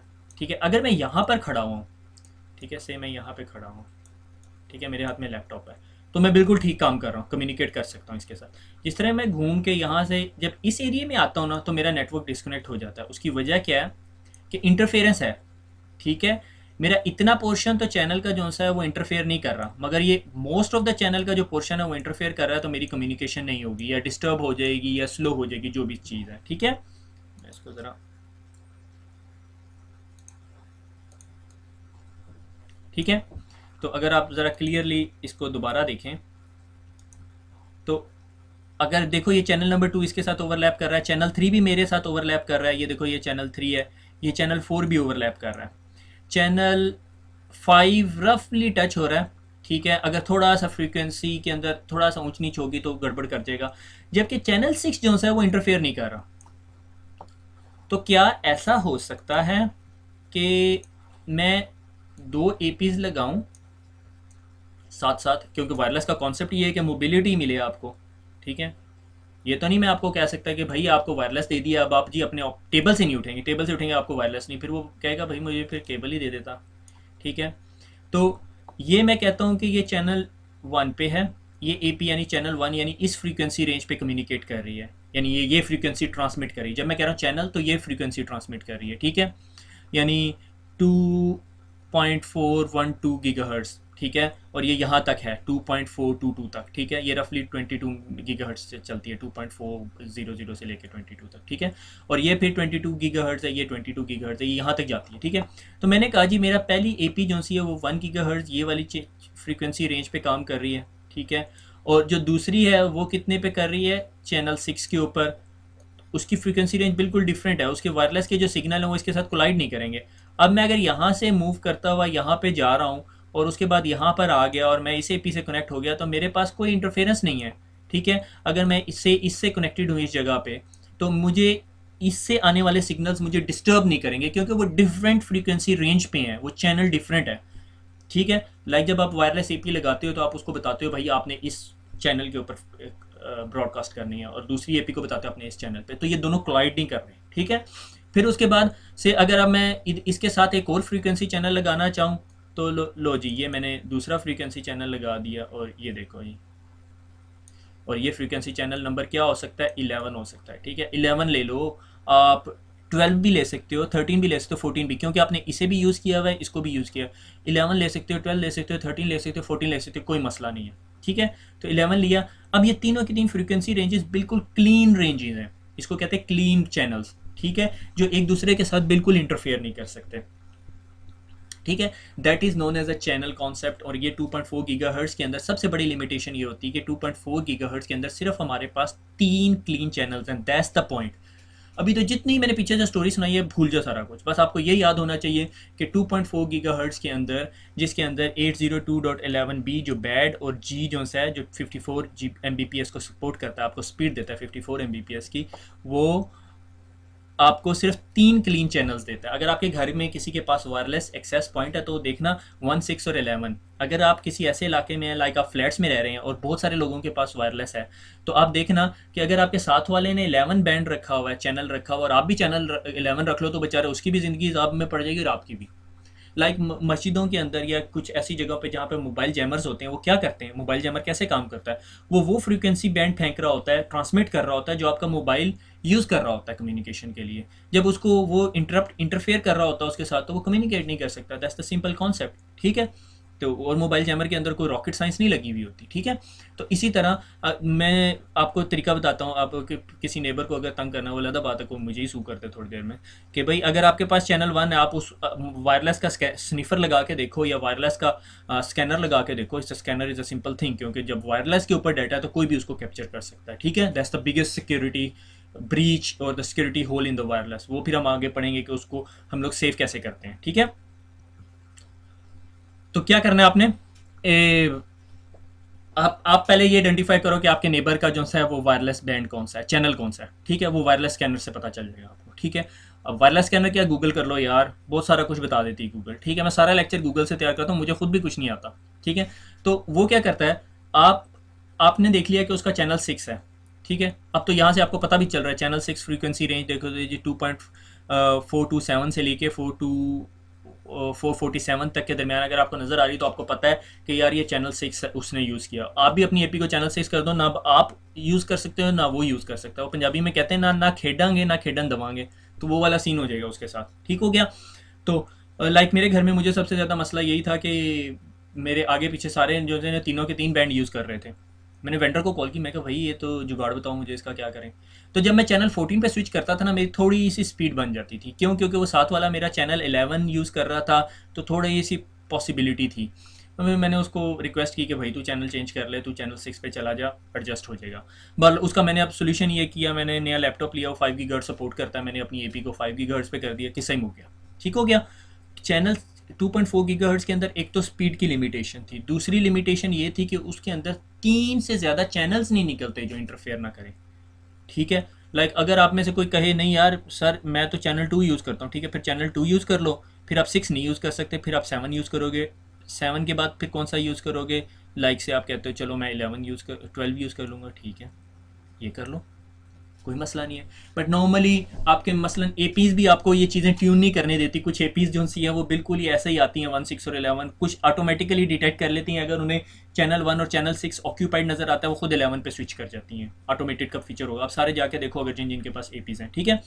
और एक चैनल जो है वो 22 मेगाहर्ट्ज़ का होता है, और नॉर्मली हमारी कम्युनिकेशन जो सी है वो 20 मेगाहर्ट्ज़ को यूज़ कर रही होती है। अब चैनल 5 जो सा है ना, वो बहुत बड़ा चैनल होता है, ठीक है। यानी ये देखो, अगर मैं आपको, मुझे याद नहीं मैंने लिखी हुई, ये देखो 2.4 से 2.48 तक जा रहा है, और ये देखो 5.150 से 350 तक, यानी 200 हर्ट्ज़ आपके पास है। तो मैंने वो ड्रॉ नहीं किया, मुझे कोई अच्छी पिक्चर नहीं मिली, ठीक है। तो 5 गीगाहर्ट्ज़ जो सी है ना, वो 5 gigahertz country to country vary कर रही है, ठीक है। किसी कंट्री में वो 5.350 तक जाता है और किसी में 5.400 तक जाता है, जापान के अंदर। और बहुत सारे कंट्री, हैरत मुझे इस बात की हुई कि बहुत सारे कंट्री 5 गीगाहर्ट्ज़ अलाउड ही नहीं करते। अगर आप गूगल पे जाओ ना, गूगल पे 5 गीगाहर्ट्ज़ लिखो, विकीपीडिया के पेज के ऊपर तमाम कंट्रीज़ की लिस्ट आ रही है और उसमें कौन कौन से चैनल उन्होंने अलाउ किए हुए हैं, ठीक है। लाइक चाइना के अंदर शुरू के तो 5 गीगाहर्ट्ज़ के चैनल ही अलाउड नहीं है, ठीक है। तो इस तरह की लिमिटेशन है। फिर 5 गीगाहर्ट्ज़ के अंदर जो से हैं वो 40 मेगाहर्ट्ज़ का चैनल भी हो सकता है। लाइक चैनल बॉन्डिंग करते हैं, लाइक चैनल ही बड़ा होता है, जब चैनल बड़ा हुआ आपकी स्पीड ज़्यादा हो जाएगी बाय डिफ़ॉल्ट, ठीक है। और ये तो 3 नॉन ओवरलैपिंग चैनल थे ना 2.4 के अंदर, और 5 के अंदर 23 नॉन ओवरलैपिंग चैनल्स मिल जाते हैं आपको। जब आपके पास 23 नॉन ओवरलैपिंग चैनल हो जाते हैं, फिर आपको ये जो चीज़ मैं अभी आपको ड्रॉ करके बता रहा था, इसको सेल कहते हैं। तो आपको सेल डिज़ाइन में कॉम्प्लेक्सिटी नहीं होती। आप कहते हो ठीक है भाई चैनल 52 ले ले, 51 मेरे से अगले वाला हो जाएगा, 52 हो जाएगा। आपके पास चैनल्स के ऑप्शन है 53, फिर यहाँ पे फिर 54, जो भी नंबर्स हैं 56, फिर आप 59, ठीक है। मल्टीपल मल्टीपल वेंडर्स अपनी 5 गीगाहर्ट्ज़ की एक्सेस पॉइंट के अंदर मल्टीपल चैनल्स की सपोर्ट देते हैं। जो मिनिमम सपोर्ट मिलती है, अगर मैं वेंडर का नाम लिए बगैर बताऊं तो वो 6 से लेके 19 चैनल्स तक मैंने खुद देखे हैं 5 गीगाहर्ट्ज़ के एपी दे रही होती है, ठीक है। मल्टीपल एपीएस मल्टीपल चैनल्स की सपोर्ट देती है, मगर डेफिनेटली जब आपके पास 3 से ज़्यादा हो जाते हैं तो आपके लिए कम्युनिकेशन ईजी हो जाती है, ठीक है। मैं भी आपको दिखाता हूँ कि 2.4 के गीगाहर्ट्ज़ को हमने बिल्कुल नहीं छोड़ देना, क्योंकि अभी तक बहुत सारी चीज़ें 2.4 गीगाहर्ट्ज़ पे चल रही हैं, ठीक है। बहुत सारी प्रोडक्ट्स चल रही हैं, लाइक आपका आईफोन चल रहा है या आपका एंड्रॉइड का फ़ोन चल रहा है। मुझे नहीं पता आईफोन के अंदर मेरे ख्याल में 5 गीगाहर्ट्ज़ की कैपेबिलिटी है या नहीं, अब I need to check it. Wireless sniffer इसी तरह, जिस तरह वायर शार्क है, इसी तरह वायरलेस स्नीफर है जो आपके वायरलेस के सिग्नल कैप्चर करके आपको बता रहा होता है कि भाई क्या हो रहा है वायरलेस पे, उसे क्या मिल रहा है, ठीक है। आप उसे कहो कि 4 गीगाहर्ट्ज़ की फ्रीक्वेंसी 5 गीगाहर्ट्ज़ की फ्रीक्वेंसी स्कैन करके होता है, आपको बता देता है क्या क्या आ रहा है, ठीक है। इसी तरह हमने आइडेंटिफाई किया था कि माइक्रोवेव जो सा ये फ्रीक्वेंसी प्रोड्यूस कर रहा है, ठीक है। ये देखो, ये 2.4 गीगाहर्ट्ज़ की बात हो रही है, ठीक है। 2.4 गीगाहर्ट्ज़ के अंदर ये मेरे पास एक बिल्डिंग है, ठीक है। और मैंने यहाँ पे लाइक ये एपीज़ लगानी है, ये एपी का फुटप्रिंट है, लाइक ये मैंने एक एपी लगाई, उसका फुटप्रिंट था, ये दूसरी एपी, ये तीसरी एपी, चौथी एपी, सॉरी यहाँ पे 11 लिखना है। क्यों? क्योंकि चैनल 11 चाहिए मुझे यहाँ। क्यों कर रहा हूँ मैं 16 और 11 क्यों यूज़ कर रहा हूँ? क्योंकि 16 और 11 ही ऐसे चैनल हैं जो नॉन ओवरलैपिंग है, ठीक है। 1611 1614 कर लो, डिपेंड करता है अगर आपकी एपी आपको ये फैसिलिटी देती है कि आप 14 कर सकते हो या नहीं। मैंने देखी है कुछ एपीज देती हैं, कुछ नहीं देती, ठीक है। ये हम टेक्नोलॉजी 2.4 गीगाहर्ट्ज़ की कब बात करते हैं? 802.11 बी एंड जी, ठीक है। ये आप इसके बगैर रह नहीं सकते।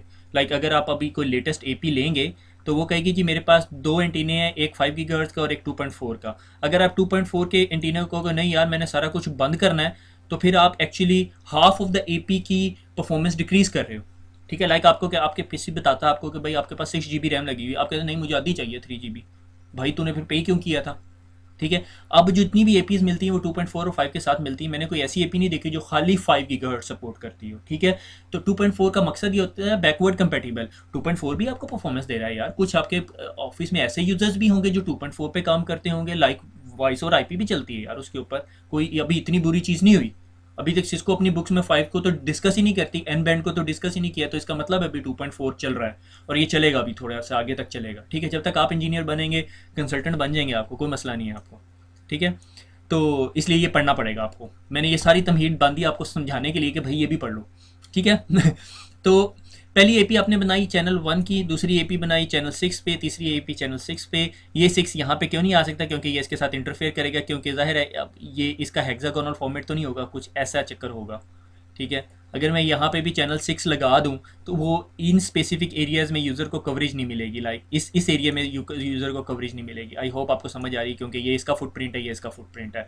तो इस स्पेसिफिक एरिया में कवरेज नहीं मिलेगी, तो आप खुद देख लो कि आपका नेटवर्क कितनी जगह पे काम नहीं कर रहा होगा, ठीक है। तो लोग फिर नेटवर्क से हैप्पी नहीं होंगे, वो कहेंगे भाई फिर इससे अच्छा हम ईथरनेट ही लगा लें। जब हम चल ही नहीं सकते, जब हम मोबिलिटी नहीं कर सकते, टैबलेट पीसी का कॉन्सेप्ट आ गया, नोट पैड्स का कॉन्सेप्ट आ गया, वॉइस ओवर आईपी का कॉन्सेप्ट आ गया। अब देखो ये 11 बेचारा क्या करेगा? इस 11 का क्या कसूर है? बस इसने इतना सा काम करना है, तो इतना सा काम तो लंबी सी केबल लगा के कर लो, दो वो ट्रिप हैजर्ड और इस तरह की स्टोरियाँ बन जाती, ठीक है। तो ये वायरलेस 2.4 गीगाहर्ट्ज़ में जब भी अपने सेल डिज़ाइन करना होता है, you have to be very careful कि ये क्या क्या चक्कर है। अच्छा, हमारे साथ ये हुआ कि हमने एक 3 फ्लोर की बिल्डिंग थी, वो डिज़ाइन करनी थी, मगर वो बनी थोड़ी सॉर्ट ऑफ मॉड्यूलर बिल्ड थी। वो इस तरह कंक्रीट की बिल्डिंग नहीं थी जिसमें वायरलेस सिग्नल पेनिट्रेट कर सकता है, वो कंक्रीट की नहीं थी। तो हुआ ये कि हमने फर्स्ट फ्लोर पे फर्स्ट बैंड 1 लगाया हुआ था ना, तो निचले फ्लोर पे जी भी बैंड 1 लगाया हुआ था, तो वो ब्लीड हो के, यानी एक फ्लोर से सिग्नल निकल के निचले वाले फ्लोर के साथ जाता था, कंट्राडिक्ट करता था, प्रॉब्लम हो रही थी। तो फिर हमें क्या करना पड़ा कि नीचे जो है वो चैनल 6 चलाया और ऊपर चैनल 1 चलाया, तो वो इंटरफेरेंस ख़त्म हो गई, ठीक है। इस तरह के मसले आते हैं, ठीक है। बट इन शॉर्ट यहाँ पे ये स्लाइड दिखाने का मकसद ये था कि 2.4 गीगाहर्ट्ज़ की चैनल इंटरफेरेंस को ख़त्म करने के लिए हमारे पास 3 जो बैंड्स हैं वो सफिशिएंट हैं, वो ये काम कर सकते हैं, ठीक है। 2 इसकी कुछ लिमिटेशंस भी हैं, ठीक है। आगे चलते हैं। अच्छा, ये वायरलेस को, सारी वायरलेस की जितनी हम ड्रामेबाजी पढ़ रहे हैं, इसको कंट्रोल करती है international telecommunication union, management for radio frequencies को मैनेज करती है, ठीक है। और रेडियो फ्रीक्वेंसी के जो स्टैंडर्ड्स जो बनते हैं वो IEEE करती है। अब तक आपको अंदाज़ा हो चुका होगा जितनी दफ़ा हम IEEE डिस्कस कर चुके हैं कि ये सारे स्टैंडर्ड्स को राइट कर रही होती है, ठीक है। फिर उसके बाद जब ये वायरलेस की प्रोडक्ट्स बन जाती हैं और इनकी इंटरऑपरेबिलिटी के लिए, लाइक सिस्को का वायरलेस का एपी है, और वो लिंक्सिस सिस्को की प्रोडक्ट है। सही मैं कहता हूँ अरूबा के वायरलेस कंट्रोलर जो सा है वो लिंक्सिस की वायरलेस की अम, अम, उसके साथ क्या होता है, ये वायरलेस के कार्ड के साथ काम कर सकता है या नहीं, या नेट गियर के वायरलेस के कार्ड के साथ काम कर सकता है यानी डी लिंक के। तो ये तमाम स्टैंडर्ड्स को इंटरऑपरेबिलिटी के लिए वायरलेस वायरलेस के तमाम जो बड़े बड़े माई बाप हैं उन्होंने मिल के एक अलायंस बनाया नोन एज वाईफाई अलायंस।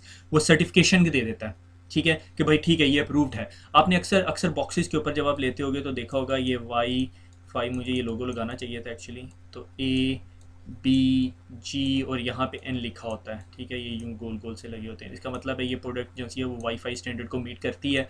अगर ये वाईफाई स्टैंडर्ड को मीट करती है तो ये डेफिनेटली सिस्को की प्रोडक्ट्स के साथ चलेंगी, क्योंकि सिस्को की प्रोडक्ट्स आर बाय डिफ़ॉल्ट वो उसको प्रूव करती हैं, वाईफाई सर्टिफाइड होती हैं, ठीक है। तो अब अगर आप कोई भी प्रोडक्ट ले रहे हो तो आपको देखना है कि ये वाईफाई सर्टिफाइड है या नहीं, वाईफाई सर्टिफाइड एन है या नहीं। ये ना हो कि वो कहे हम तो वाईफाई नहीं है, हमने तो बता दिया था आपको, ठीक है।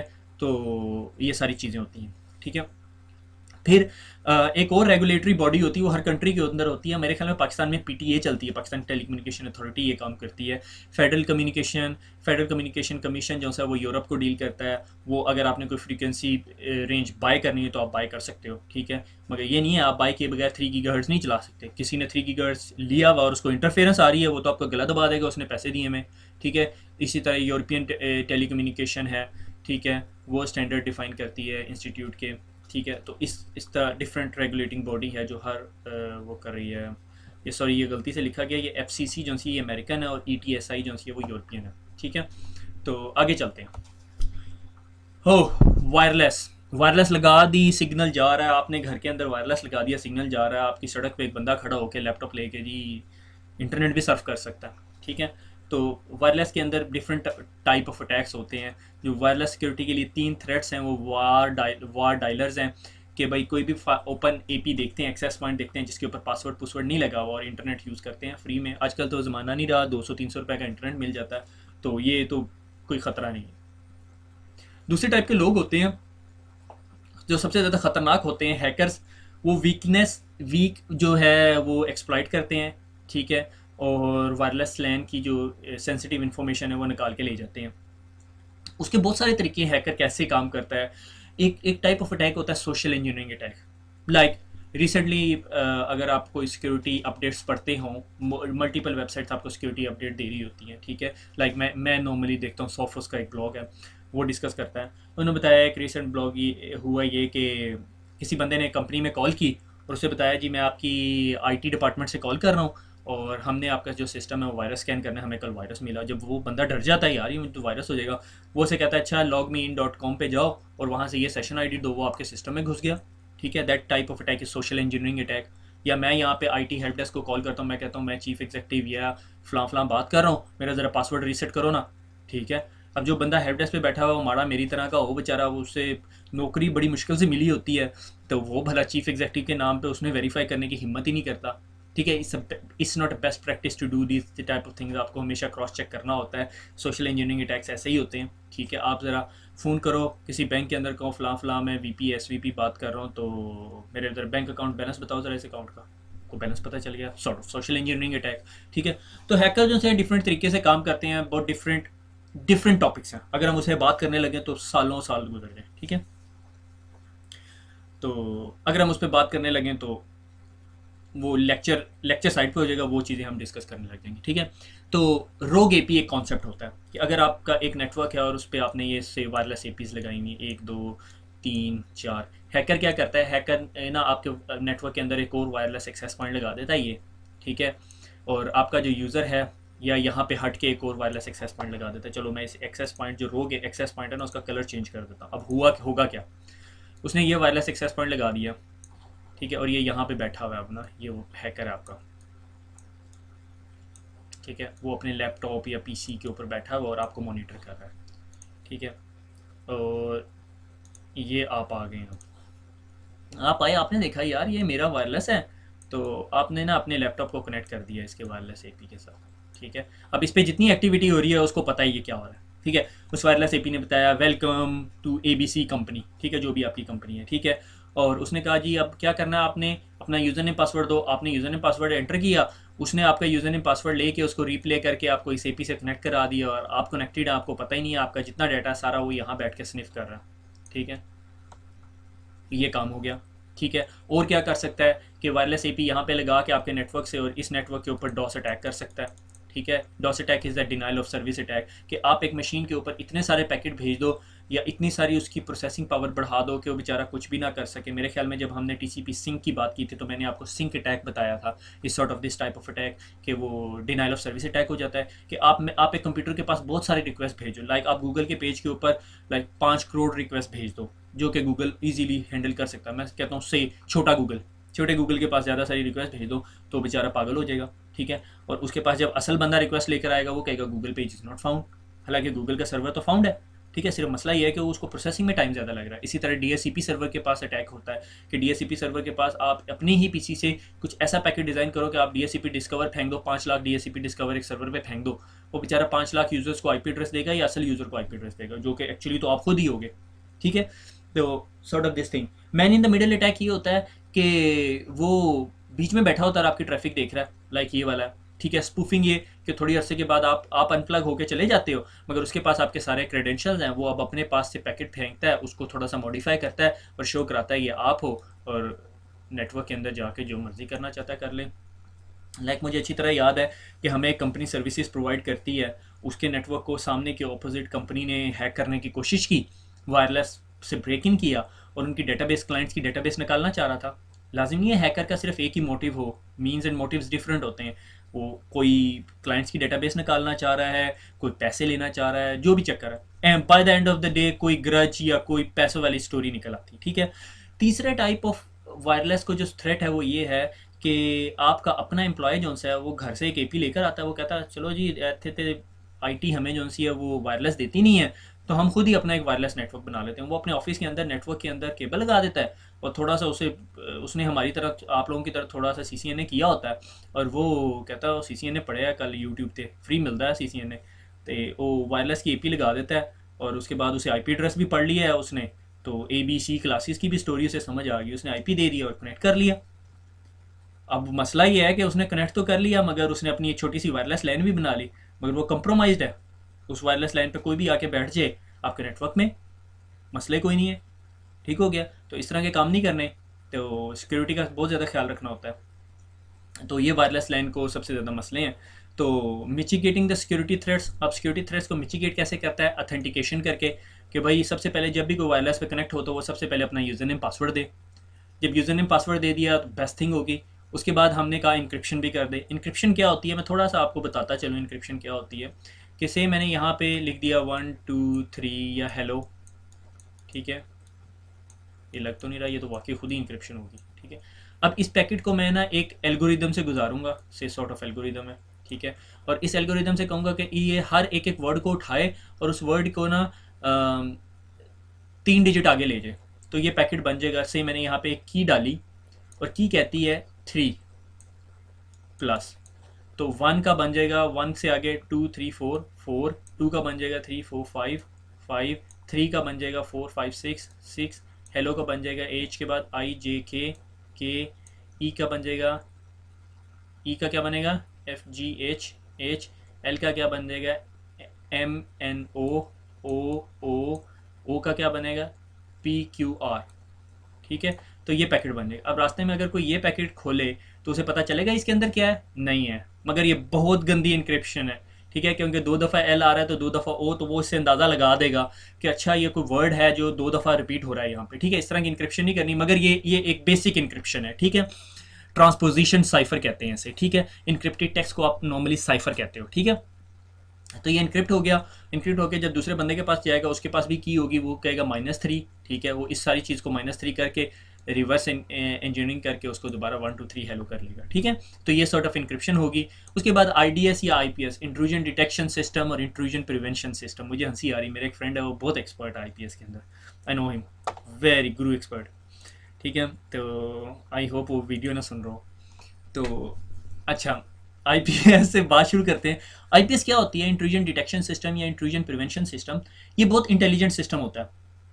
ठीक है, आप ये समझो कि एक बंदा है, उसको मैंने कहा भाई तूने ना ये ऑफिस के गेट के बाहर खड़ा हो जा, अगर कोई बंदा ऐसा नज़र आए जिसके हाथ में बैग हो और बैग जौन सा है वो बहुत भारी हो, तो या तुमने उसे रोकना है या तुमने मुझे रिपोर्ट करना है।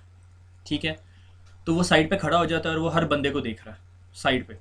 किसी बंदे को नहीं पता कि भाई ये बंदा है, कोई खड़ा हुआ है या नहीं, किसी को नहीं पता, और वो गुजरते जा रहे हैं। किसी ने ऑफिस के अंदर से जो सा है वो कंप्यूटर बैग में डाला हुआ और लेके जा रहा है, उसने देख लिया, या वो उसे रोक देगा, डिपेंडिंग, अगर वो आईडीएस है तो वो मुझे डिटेक्ट करके मुझे बता देगा, रोकेगा नहीं। और आईपीएस क्या करेगा, उसे रोकेगा, भाई रुक जा, खोलो बैग, अंदर क्या है। और अगर उसके अंदर कोई गलत चीज़ निकलेगी उसे पकड़ लेगा, उसको जाने ही नहीं देगा। ठीक है, तो आईडीएस और आईपीएस आपके नेटवर्क पे डिवाइसेस बैठी होती हैं और उनके पास इंफॉर्मेशन होती है कि नेटवर्क में कैसा सा अटैक आ रहा है। जैसा सा अटैक आ रहा होता है उस चीज़ को देख के वो तमाम पैकेट्स को ऑब्जर्व कर रहा होता है। ठीक है, तो ये तीन चीज़ें अगर हम अपने वायरलेस के अंदर यूज़ करें, ऑथेंटिकेशन, इंक्रिप्शन और आईडीएस आईपीएस, तो सारा कुछ फाइंड आउट कर लेते हैं। लाइक वो रोग एपी को भी फाइंड कर लेते हैं। लाइक अगर मेरे पास 5 एपीज लगी हुई हैं,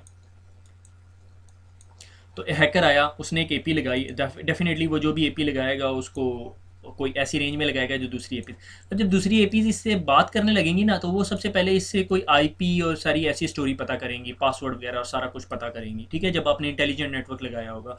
और आईडीएस भी देख लेगी कि यार ये एपी जो सी है ये मेरी नहीं है, क्योंकि मेरे पास कोई अप्रूव्ड एपी की लिस्ट होती है, उसके पास सारी अप्रूव्ड एपीज की लिस्ट होती है। लाइक उसके पास अटेंडेंस रजिस्टर, वो देखे दफ्तर के अंदर से कोई ऐसा बंदा निकल रहा है जो का मुझे नहीं पता, तो वो फ़ौरन उसे रोक देगा। और वो फिर अपने जो आपके नेटवर्क एडमिनिस्ट्रेटर उसके टर्मिनल पे रिपोर्ट करेगा, भाई मुझे कोई अपने पास कोई एक ऐसी एपी नज़र आ रही है जो कह रही है कि मैं आपके आपके ऑफिस की हूँ, आपके डिपार्टमेंट की हूँ या आपकी ऑर्गेनाइजेशन की हूँ। तो वो नेटवर्क एडमिनिस्ट्रेटर की फिर जिम्मेदारी है, वो देखेगा। अगर उसने खुद नहीं डाली होगी तो वो उससे कहेगा हाँ भाई ये ठीक है, ये अप्रूव्ड है। अगर नहीं खुद डाली होगी तो वो ज़ाहिर है इन्वेस्टिगेट करेगा कि भाई ये क्या चीज़ है। ठीक है, तो ये इस तरह के काम है। ठीक है, फिर उसके बाद दूसरी दूसरी बात ये आती है वेब, वायर्ड इक्विवेलेंट प्राइवेसी। ठीक है, ये क्या है, ये एक सॉर्ट ऑफ इंक्रिप्शन या ऑथेंटिकेशन स्टैंडर्ड बनाया जो आपका जो वायरलेस पे जाने वाला डाटा है उसको सेव करने के लिए। ठीक है, इनिशियली स्टैंडर्ड बनाई है। ये कब की बात है, 1999 की है मेरे ख्याल में। 1999 में वेब का स्टैंडर्ड बना, जब नई नई वायरलेस आई, शोर शराबा हुआ। एक सेकंड मुझे क्रॉस चेक कर लें, 2.4 गीगाहर्ट्ज़ कब था। हाँ, 1999 में। 1999 के अंदर जो सा है ये वायर्ड इक्विवेलेंट प्राइवेसी वेब के नाम पे स्टैंडर्ड आया।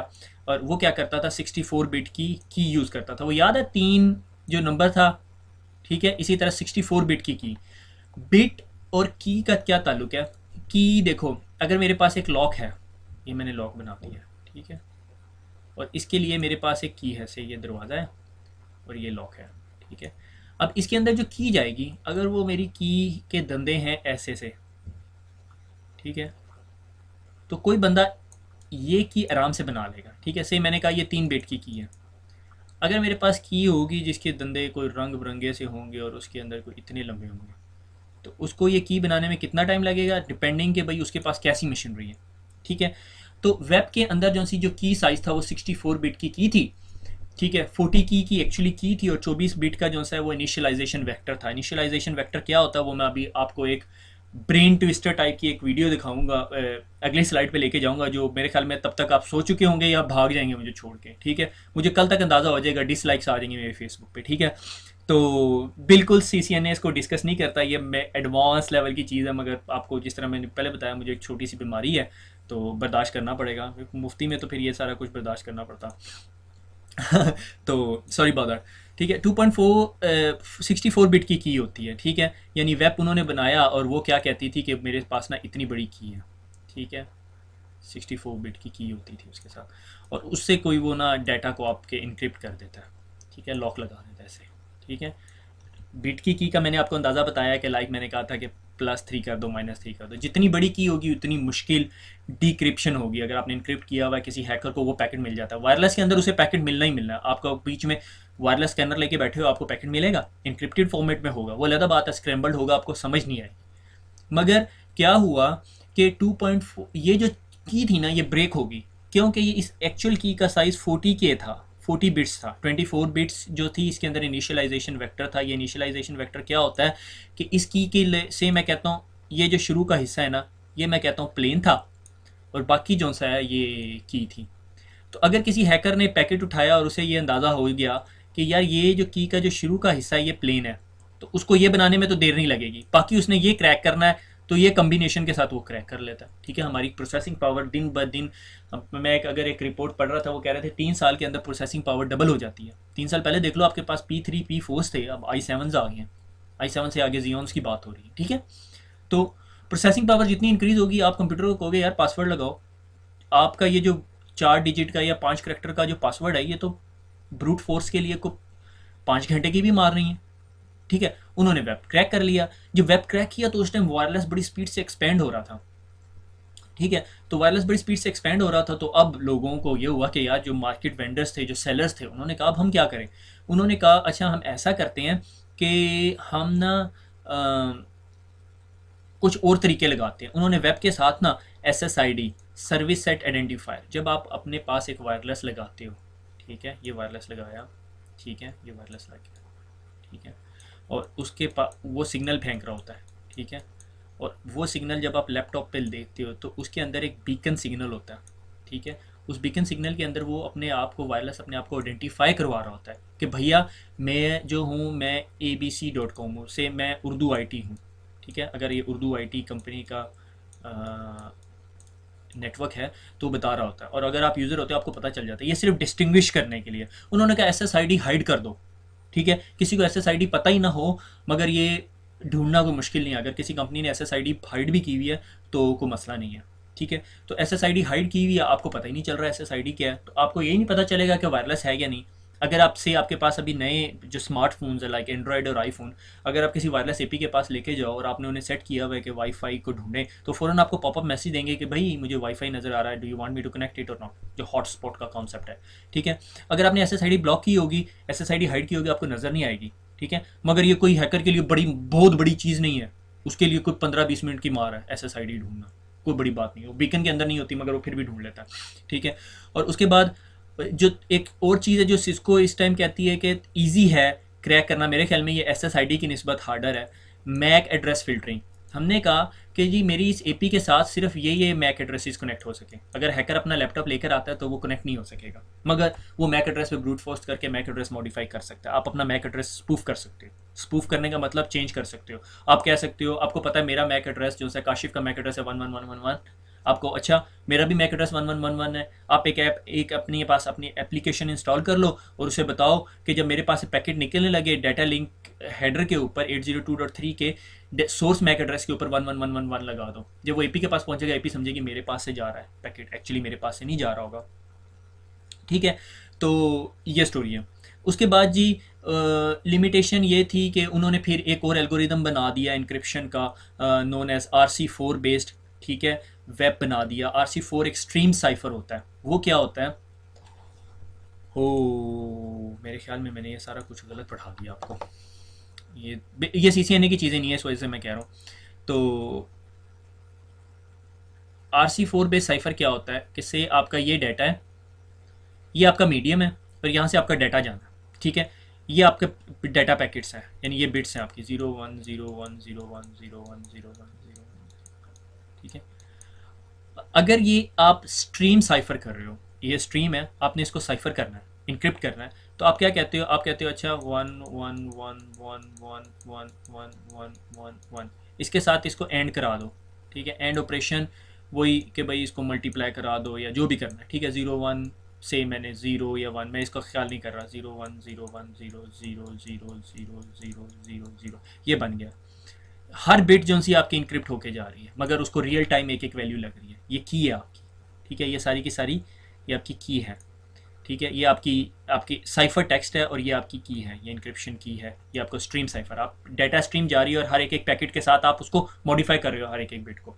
दूसरा साइफर होता है ब्लॉक साइफर, कि आपने पूरे का पूरा डाटा पैकेट लिया, ठीक है, उसको एक डब्बे में डाला, उस डब्बे के ऊपर आपने की लगा दी और उसको अच्छी तरह मिक्सअप कर दिया और आपके पास जो रिजल्ट निकला वो ब्लॉक साइफर है। ठीक है, ब्लॉक साइफर जो है वो स्लोअर होता है, स्ट्रीम साइफर फास्टर होता है, मगर उसके साथ की स्ट्रीम लग रही होती है, इसलिए हार्डवेयर में इंप्लीमेंट किया जाता है। नॉर्मली जो बेस्ट साइफर टेक्निक होती है वो ब्लॉक साइफर होता है।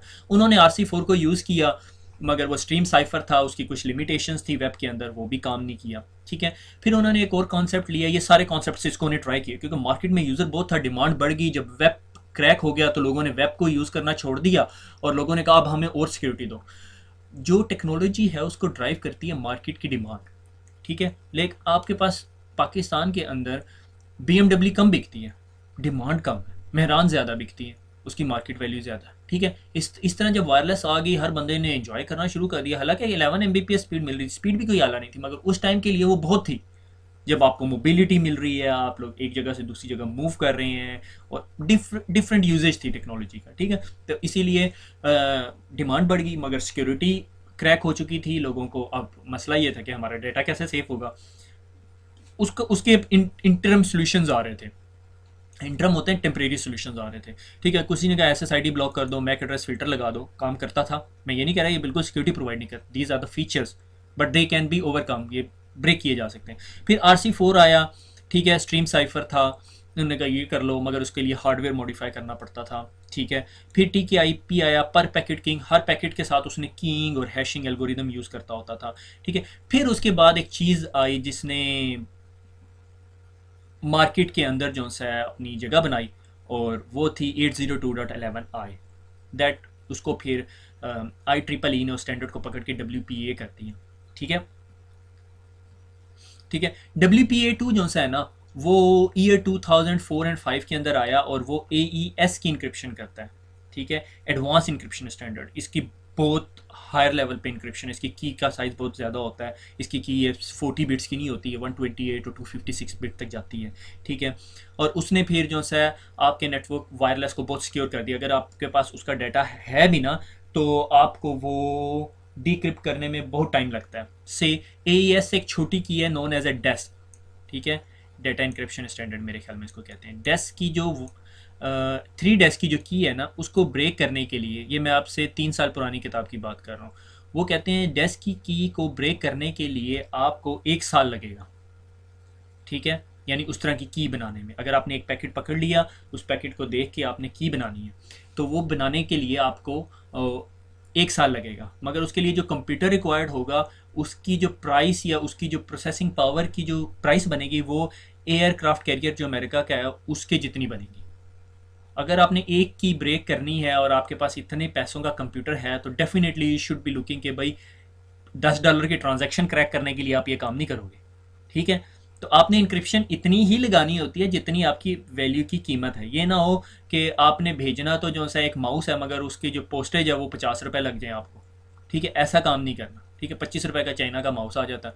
ठीक है, तो अब मुझे नहीं पता क्या वैल्यू चल रही है।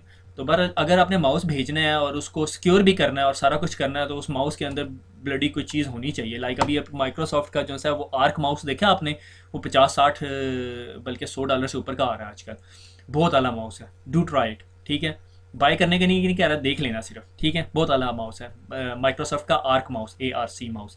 ठीक है, तो बहर तो 802.11i आया और वो AES की इंक्रिप्शन यूज़ करता था, that is known as a WPA2 standard. ठीक है, WPA2 स्टैंडर्ड बन गया जो अभी तक एग्जिस्ट करता है और इट्स अनक्रैकेबल। हम लोग कहते हैं अनक्रैकेबल, NSA ने क्रैक कर लिया तो मैं कोई गारंटी नहीं दे सकता। ठीक है, हमारे लिए सिविल बंदे के लिए क्रैक करना मुश्किल है।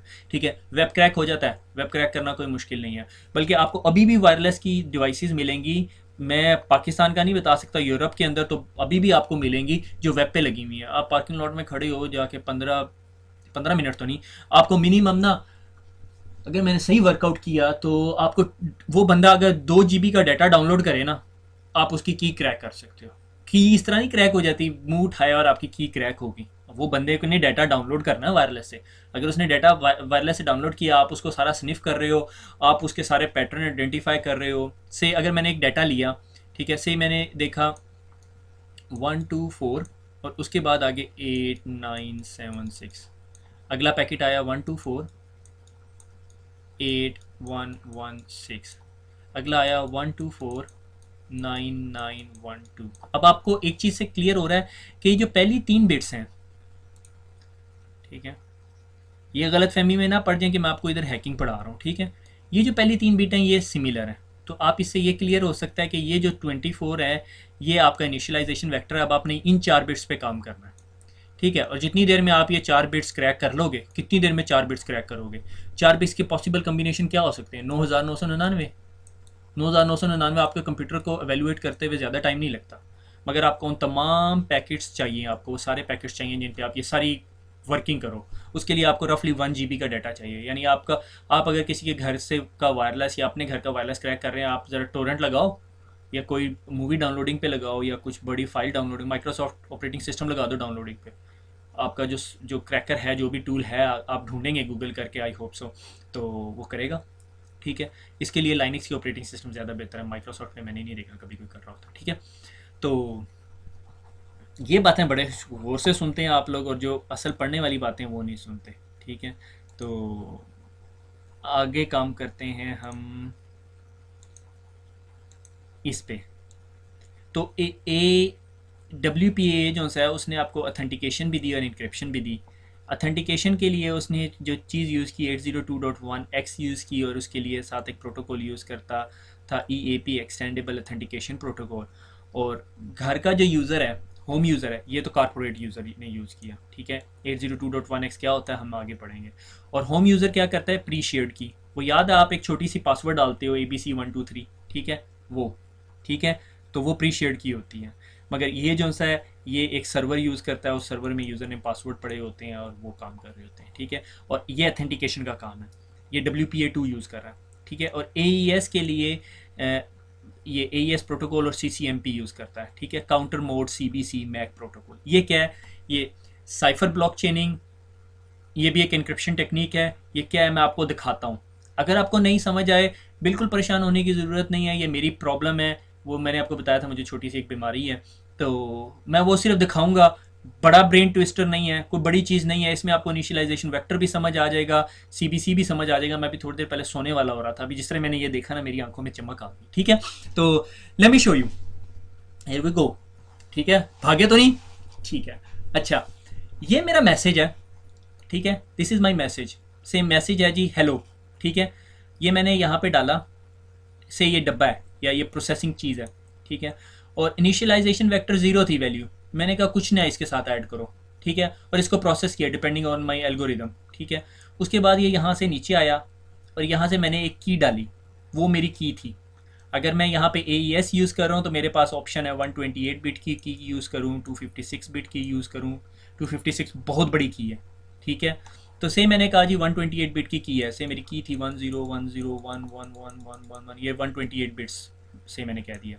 और मैंने इसके साथ ऐड किया, वो एल्गोरिदम चलाया, से मैंने एंड कर दिया। मेरे पास जो डाटा निकलेगा वो मेरा साइफर टेक्स्ट होगा अब। ठीक है। अब वो जो साइफर टेक्स्ट है, ठीक है, वो यहाँ से निकला, वो अब क्या काम कर रहा है? इनिशियलाइजेशन वेक्टर का काम कर रहा है, ये वैल्यू का काम कर रहा है। ठीक है। WPA2 के अंदर मसला क्या था? अगर वो मैंने पिक्चर भूल गया, मैं निकल गई वो वहाँ से। वो याद है, मैं 1 2 3 4 के बाद फिर आगे रैंडम नंबर जनरेट कर रहा था।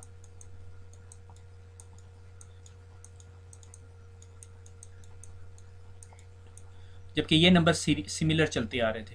इनिशियलाइजेशन WPA में सबसे बड़ी जो गलती की थी, जो वेब ने डिज़ाइन जिन्होंने किया था, वो ये किया था कि इनिशियलाइजेशन वेक्टर जो सा वो स्टैटिक था, काफ़ी देर तक स्टैटिक रहता था, वो इनिशियलाइजेशन वेक्टर को चेंज नहीं करता था।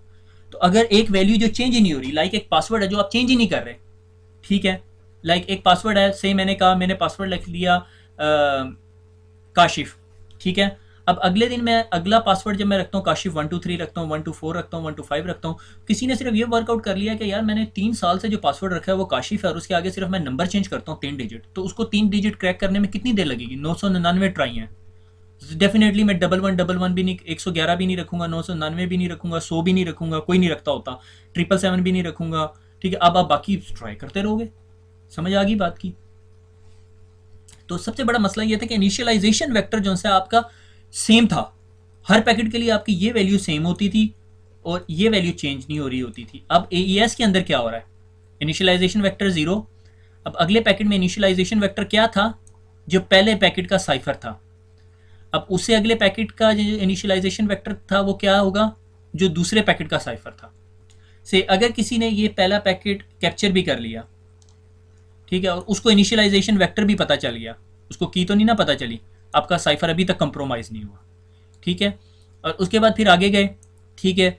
और फिर वही साइफर को इनिशियलाइजेशन वेक्टर के तौर पे काम किया, ठीक है, और फिर उसके साथ काम किया, फर्दर आगे चलते रहे और एंड में ये कि इनिशियलाइजेशन वेक्टर इसमें मैंने जो शो कराया वो ये कि इनिशियलाइजेशन वेक्टर की वैल्यू जो सी है वो चेंज हो रही है, हर पैकेट वाइज चेंज हो रही है, हर block wise, it's a block, ठीक है। That is the way how CBC block cipher chaining works, chaining कैसे काम करती है, ठीक हो गया।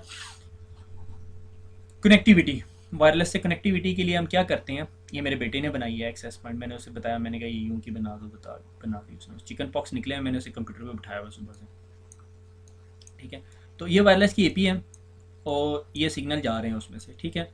तो ये बीकन अनाउंसिंग SSID, ये जो आपके वायरलेस की एपी है वो SSID अपनी बता रही होती है। अगर आपने कंप्यूटर रखा हुआ है यहाँ पे तो आप अपने कंप्यूटर को कहो कि भाई मेरी SSID बता दो, ये मुझे कौन से वायरलेस के सिग्नल याद नहीं, जब आप अपने वायरलेस कंप्यूटर लैपटॉप को बताते हो मैंने वायरलेस से कनेक्ट होना है, वो बता रहा होता है होम 123, जिस तरह भी आपके अगर घर के एपी की जो SSID होगी वो ये होती है, ठीक है, वो बीकन सिग्नल है। फिर उसके बाद ये जब इसको प्रॉप भेजता है, प्रॉप रिक्वेस्ट भेजता है, ठीक है, कि भाई मैंने आपसे कनेक्ट करना है, वो कहता है ठीक है, प्रॉप रिस्पॉन्स भेजता है, और वो उसके बाद फिर कहता है मुझे अब अपनी सिक्योरिटी सेटिंग बताओ। अगर आपने प्री शेयर की लिखी हुई है तो आपकी प्री शेयर की जाती है, मैक एड्रेस जाता है आपका और सारी इन्फॉर्मेशन जाती है, ठीक है। इसके अंदर दो कॉन्सेप्ट है, ओपन अथेंटिकेशन और शेयर्ड की अथेंटिकेशन। ओपन अथेंटिकेशन क्या कि आपको यूजर ने पासवर्ड ही नहीं देना पड़ता, आप सीधे कनेक्ट हो जाते हो, ठीक है, जो मैं वार डायलर के अंदर दिखा रहा था कि अब बहुत सारी एपीज ओपन होती हैं। और शेयर्ड की क्या होती है, जो आपने प्री शेयर्ड की लगाई हुई है, ठीक है। It's not a good authentication. 802.1x, इससे पिछली स्लाइड में हमने जिक्र किया है कि WPA2 के अंदर जब हमने यूज़र अथेंटिकेट करना है, अथेंटिकेशन इंक्रिप्शन नहीं कर रहा है, तो 802.1x यूज़ होता है। वो क्या करता है, जब आप आते हो आप यूज़र ने पासवर्ड बताते हो, दैट इज़ अथेंटिकेशन। मैंने क्या किया, मैंने एक सर्वर लिया that is known as a RADIUS server, ठीक है। रेडियस सर्वर क्या करता है, remote access dial in server मेरे ख्याल में, मुझे एग्जैक्ट एब्रीवेशन नहीं याद इस टाइम आना, ठीक है। रेडियस सर्वर के पास तमाम यूज़र नेम पासवर्ड सेव हुए होते हैं, ठीक है। से ये सर्वर है, इसके पास एक डेटाबेस है, उसमें तमाम यूज़र नेम पासवर्ड है। एक यूज़र आया, उसने कहा भाई मैंने आपसे कनेक्ट करना है, ठीक है। और जब मैं कनेक्ट हुआ तो मैंने वायरलेस की जो एपी थी उसने मुझे कहा कि भाई अपना यूज़र नेम पासवर्ड भेजो, ठीक है। और मैंने अपना यूज़र नेम पासवर्ड भेज दिया, जी मेरा नाम काशिफ है और ये मेरा पासवर्ड है सिस्को, और ये इसने यहाँ से उठाया और रेडियस सर्वर के पास भेज दिया, ठीक है। जब रेडियस सर्वर ने मुझे एक एक्सेस टोकन दे दिया एपी को, और एपी ने मुझे वो टोकन वापस किया और उसने कहा जी अब आप ग्रांटेड हो, अब आप मेरे साथ कम्युनिकेशन करो, और कम्युनिकेशन शुरू हुई। ये सिर्फ अथेंटिकेशन प्रोसेस है। इंक्रिप्शन प्रोसेस वही AES और वो साइफर ब्लॉकचेनिंग जो हमने यहाँ ऊपर डिस्कस किया वो है, ठीक हो गया। जब भी 802.1x का कॉन्सेप्ट आएगा इसका मतलब है कि अथेंटिकेशन जिसमें रेडियस सर्वर इन्वॉल्व है। सिस्को अपनी एक प्रोडक्ट यूज़ करती है that is known as Cisco ACS server, वो सिस्को का रेडियस सर्वर है, ठीक है। उसमें फिर एक टेक और रेडियस की बहस है, वो मेरे हमने CCNA लेवल की चीज़ नहीं हमने डिस्कस नहीं करनी, ठीक है। तो दैट इज़ द वे कि भाई अगर आपने नेटवर्क के ऊपर अथेंटिकेट होना है, आपने बताना है कि मैं ये बंदा हूँ। लाइक आप जब ATM से पैसे निकलवाने जाते हैं, ATM में कार्ड डालने के बाद अपना पिन देते हैं, तो दैट इज़ एन अथेंटिकेशन, ठीक है। तो this is the thing that we are talking about, ठीक है। इसके अंदर फिर फर्दर आ जाता है कि आपने रेडियस सर्वर में कहा कि अगर कोई काशिफ के यूज़र नेम से आता है तो उसका मैक एड्रेस यही होना चाहिए। तो अब हैकर के लिए मैक एड्रेस तो स्पूफ करना आसान है, मगर उसके पास उसको मेरा पासवर्ड भी पता होना चाहिए। अगर उसे नेटवर्क में किसी और बंदे का पासवर्ड पता है तो उसको फिर उसका मैक एड्रेस भी पता होना चाहिए। ये नहीं हो सकता कि वो खाली मैक एड्रेस स्पूफ करके आ जाए, ठीक है। तो उसके लिए मोर चीज़ें, जितना आप उसके लिए वर्कआउट बढ़ाएंगे इतना आपका नेटवर्क मोर सिक्योर होता जाएगा, ठीक है। फिर इसके अंदर और एक और कॉन्सेप्ट आता है वायरलेस के साथ, is known as NAC, network admission control, ठीक है। रेडियस का मुझे एब्रीवेशन याद आ गया, remote access dial in service, ठीक है, डायल इन यूज़र सर्विस है मेरे ख्याल में, ठीक है। तो NAC का कॉन्सेप्ट ये है कि यूज़र आपसे कनेक्ट हुआ, आप ये कंफर्म करना चाहते हो उसके पास एंटीवायरस है, वो दिन के इस टाइम पे कनेक्ट हो रहा है, उसके पास एंटीवायरस अगर इंस्टॉल्ड है तो उसका एंटीवायरस अपडेटेड है, उसके पास विंडोज़ की तमाम अपडेट्स इंस्टॉल्ड हैं या नहीं है, अगर नहीं है तो क्या चक्कर है, अगर वो कनेक्ट हो रहा है तो उसकी जी ये स्पेसिफिक पोर्ट्स ओपन कर दो, बाकी तमाम पोर्ट्स बंद कर दो, ये सारे काम कर सकता है वो। फिर रेडियस सर्वर आपके साथ साथ अकाउंटिंग भी कर रहा होता है कि भाई उस बंदे ने क्या क्या एक्टिविटी परफॉर्म की है, डिपेंडिंग आपने क्या क्या काम लेना है उससे, ठीक है। आगे चलते हैं। 802.11 जो वायरलेस का स्टैंडर्ड है, उसमें फिर A आया, B आया, G आया और N आया। अब टोपोलॉजी बिल्डिंग ब्लॉक कि वायरलेस कनेक्ट कैसे होता है, ठीक है। एक मोड होता है ad hoc mode. Ad hoc mode ये कि दो कंप्यूटर हैं, दोनों का वायरलेस इनेबल किया और आपस में कनेक्ट हो गया। अगर आप माइक्रोसॉफ्ट विंडोज 7, मुझे एक्सपी का याद नहीं है, विंडोज 7 के अंदर एड हॉक मोड इनेबल हो जाता है और आप दो वायरलेस आपस में कनेक्ट कर सकते हो बगैर किसी एक्सेस पॉइंट के। ठीक है। फिर आ गया ये नॉर्मल मोड है, मगर इसके अंदर सिक्योरिटी नहीं है, कोई चक्कर नहीं है इसके अंदर, और एक्सपेंडेबिलिटी नहीं है। अगर आपने दूसरा बंदा यूज़ करना है तो आप उसको यहाँ कनेक्ट नहीं कर सकते कि भाई तुम मेरे साथ यहाँ कनेक्ट हो जाओ, मैं इधर हूँ, ऐसा नहीं होता। ठीक है, ये सिर्फ एड हॉक बेस्ड है। ठीक है, टेम्प्रेरी दो कंप्यूटर्स कनेक्ट करना। फिर है इंफ्रास्ट्रक्चर मोड। ठीक है, इंफ्रास्ट्रक्चर मोड के अंदर एक आता है BSS। ठीक है, बेसिक सर्विस सेट। इसमें क्या है कि आपके पास एक एक्सेस पॉइंट है। ठीक है, और वो जो सा है वो आपके कंप्यूटर्स को कनेक्ट कर रहा है। ठीक है, आप 10 कंप्यूटर कनेक्ट कर लो। ठीक है जी, एक एपी की लिमिट होती है उसके ऊपर कितने कंप्यूटर्स कनेक्ट हो सकते हैं। अगर एक एपी के ऊपर 50 कंप्यूटर कनेक्ट कर दोगे डेफिनेटली परफॉर्मेंस गिर जाएगी। फिर एक और कॉन्सेप्ट है एक्सटेंडेड सर्विस सेट। ठीक है, कि बहुत सारे एपीज हैं वो आपस में कनेक्ट कर दिए आपने। ठीक है, और इन तमाम एपीज को कंट्रोल करने के लिए यहाँ पर एक ऊपर WLC पड़ा हुआ है, सिस्को का WLC वायरलेस लैन कंट्रोलर है। ठीक है, वो क्या करता है, वो इन तमाम एपीज को मॉनिटर कर रहा होता है, इनको इंस्ट्रक्शन दे रहा होता है। इधर ACL भी लगाई होती है, एक्सेस कंट्रोल लिस्ट होता है, रेस्ट्रिक्शन लगा दी कि भाई ये यहाँ से पिंग ना कर सके इसे। ठीक है, और इस तरह की रेस्ट्रिक्शंस लगा देता है ये तमाम एपी। अब आप एक्सटेंड कर सकते हो नेटवर्क को। ठीक है, जितना मर्जी एक्सटेंड करना चाहो। ठीक है, अगर आपकी ये एपी डाउन हो जाती है, आपका वायरलेस का नेटवर्क डाउन हो जाता है, तो इससे बचने के लिए आप दो दो कंट्रोलर्स लगा देते हो। ठीक है, तो कंट्रोलर जो है वो नेटवर्क को कंट्रोल करता है। ठीक है, तमाम एपीज़ को कंट्रोल करता है और आप इससे कनेक्ट होते हो। आप इससे कनेक्ट होने के बाद ये कंट्रोलर, जिस तरह ही आप कनेक्ट होते हो, कंट्रोलर आपको कहता है यूज़र नेम पासवर्ड भेजो। आप उसको यूज़र नेम पासवर्ड भेजते हो और पासवर्ड फिर आप एक रेडियस सर्वर के पास से अथेंटिकेट करवाते हो। रेडियस सर्वर से अथेंटिकेट हो जाता है, फिर आप अपनी इंक्रिप्शन चलाते हो। इंक्रिप्शन को यूज़ करते हुए फिर आप डाटा सिक्योरली ट्रांसफ़र कर रहे होते हो। ठीक है, तो ये सारा हो गया वायरलेस की स्टोरी। आपकी शक्ल ऐसी सी तो नहीं होगी, मेरी होगी है, क्योंकि आज फ्राइडे नाइट है और मैं भी जब नीचे जाऊंगा तो मुझे बहुत बातें सुननी पड़ेंगी। ठीक हो गया, तो ये था जी ओवरऑल वायरलेस। वायरलेस का चैप्टर ख़त्म हो गया और गुड न्यूज़ ये है कि हम लोगों ने ICND की आधी से ज़्यादा किताब ख़त्म कर ली है। सिर्फ आगे दो चैप्टर्स रह गए हैं। मेरी कोशिश ये है कि मैं 2 लेक्चर्स में वो चैप्टर ख़त्म करूं। तीसरे लेक्चर में आपको लैब देख के और आखिर में वो बाबों की तरह, जिस तरह माइयाँ घर में बुज़ुर्ग होते हैं उनकी तरह नसीहतें करके और ICND कंप्लीट कर लें। इंशाल्लाह हमारी ICND 1 कंप्लीट हो जाएगी। जिस दिन पहले दिन मुझे आइडिया आया ये काम करने का, तो मुझे नहीं पता था मैं इतनी दूर तक जा पहुंचूंगा, मगर मेरे ख्याल में बहुत आगे पहुंच गए हैं। इंशाल्लाह ICND 1 कंप्लीट होगा। आखिर में मैं आपको एक क्विक रैपिड राउंड दूंगा नोट्स का। I will definitely put it on the blog. और उसके बाद फिर हम इंशाल्लाह ICND 2 शुरू करेंगे जो और डिटेल्ड है। और इसके बाद ये जो अगला चैप्टर है वो हमारा राउटर के ऊपर है। राउटिंग राउटिंग राउटिंग चलेगी फुल टाइम। राउटिंग प्रोटोकॉल्स पढ़ेंगे हम, इन डेप्थ नहीं जाएंगे। अगर इन डेप्थ ना जाए तो परेशान ना हो। लाइक मैंने स्पेनिंग ट्री नहीं पढ़ाया, इसका ये मतलब नहीं मैं पढ़ाना नहीं चाहता। उसकी वजह यह है कि स्पेनिंग ट्री आगे बहुत इन डेप्थ में आएगा, इसलिए मैंने उसको टच ही नहीं किया। जितना उस इसको ने एक पैराग्राफ में बताया उससे मेरे ख्याल में मैंने ज़्यादा बता दिया आपको।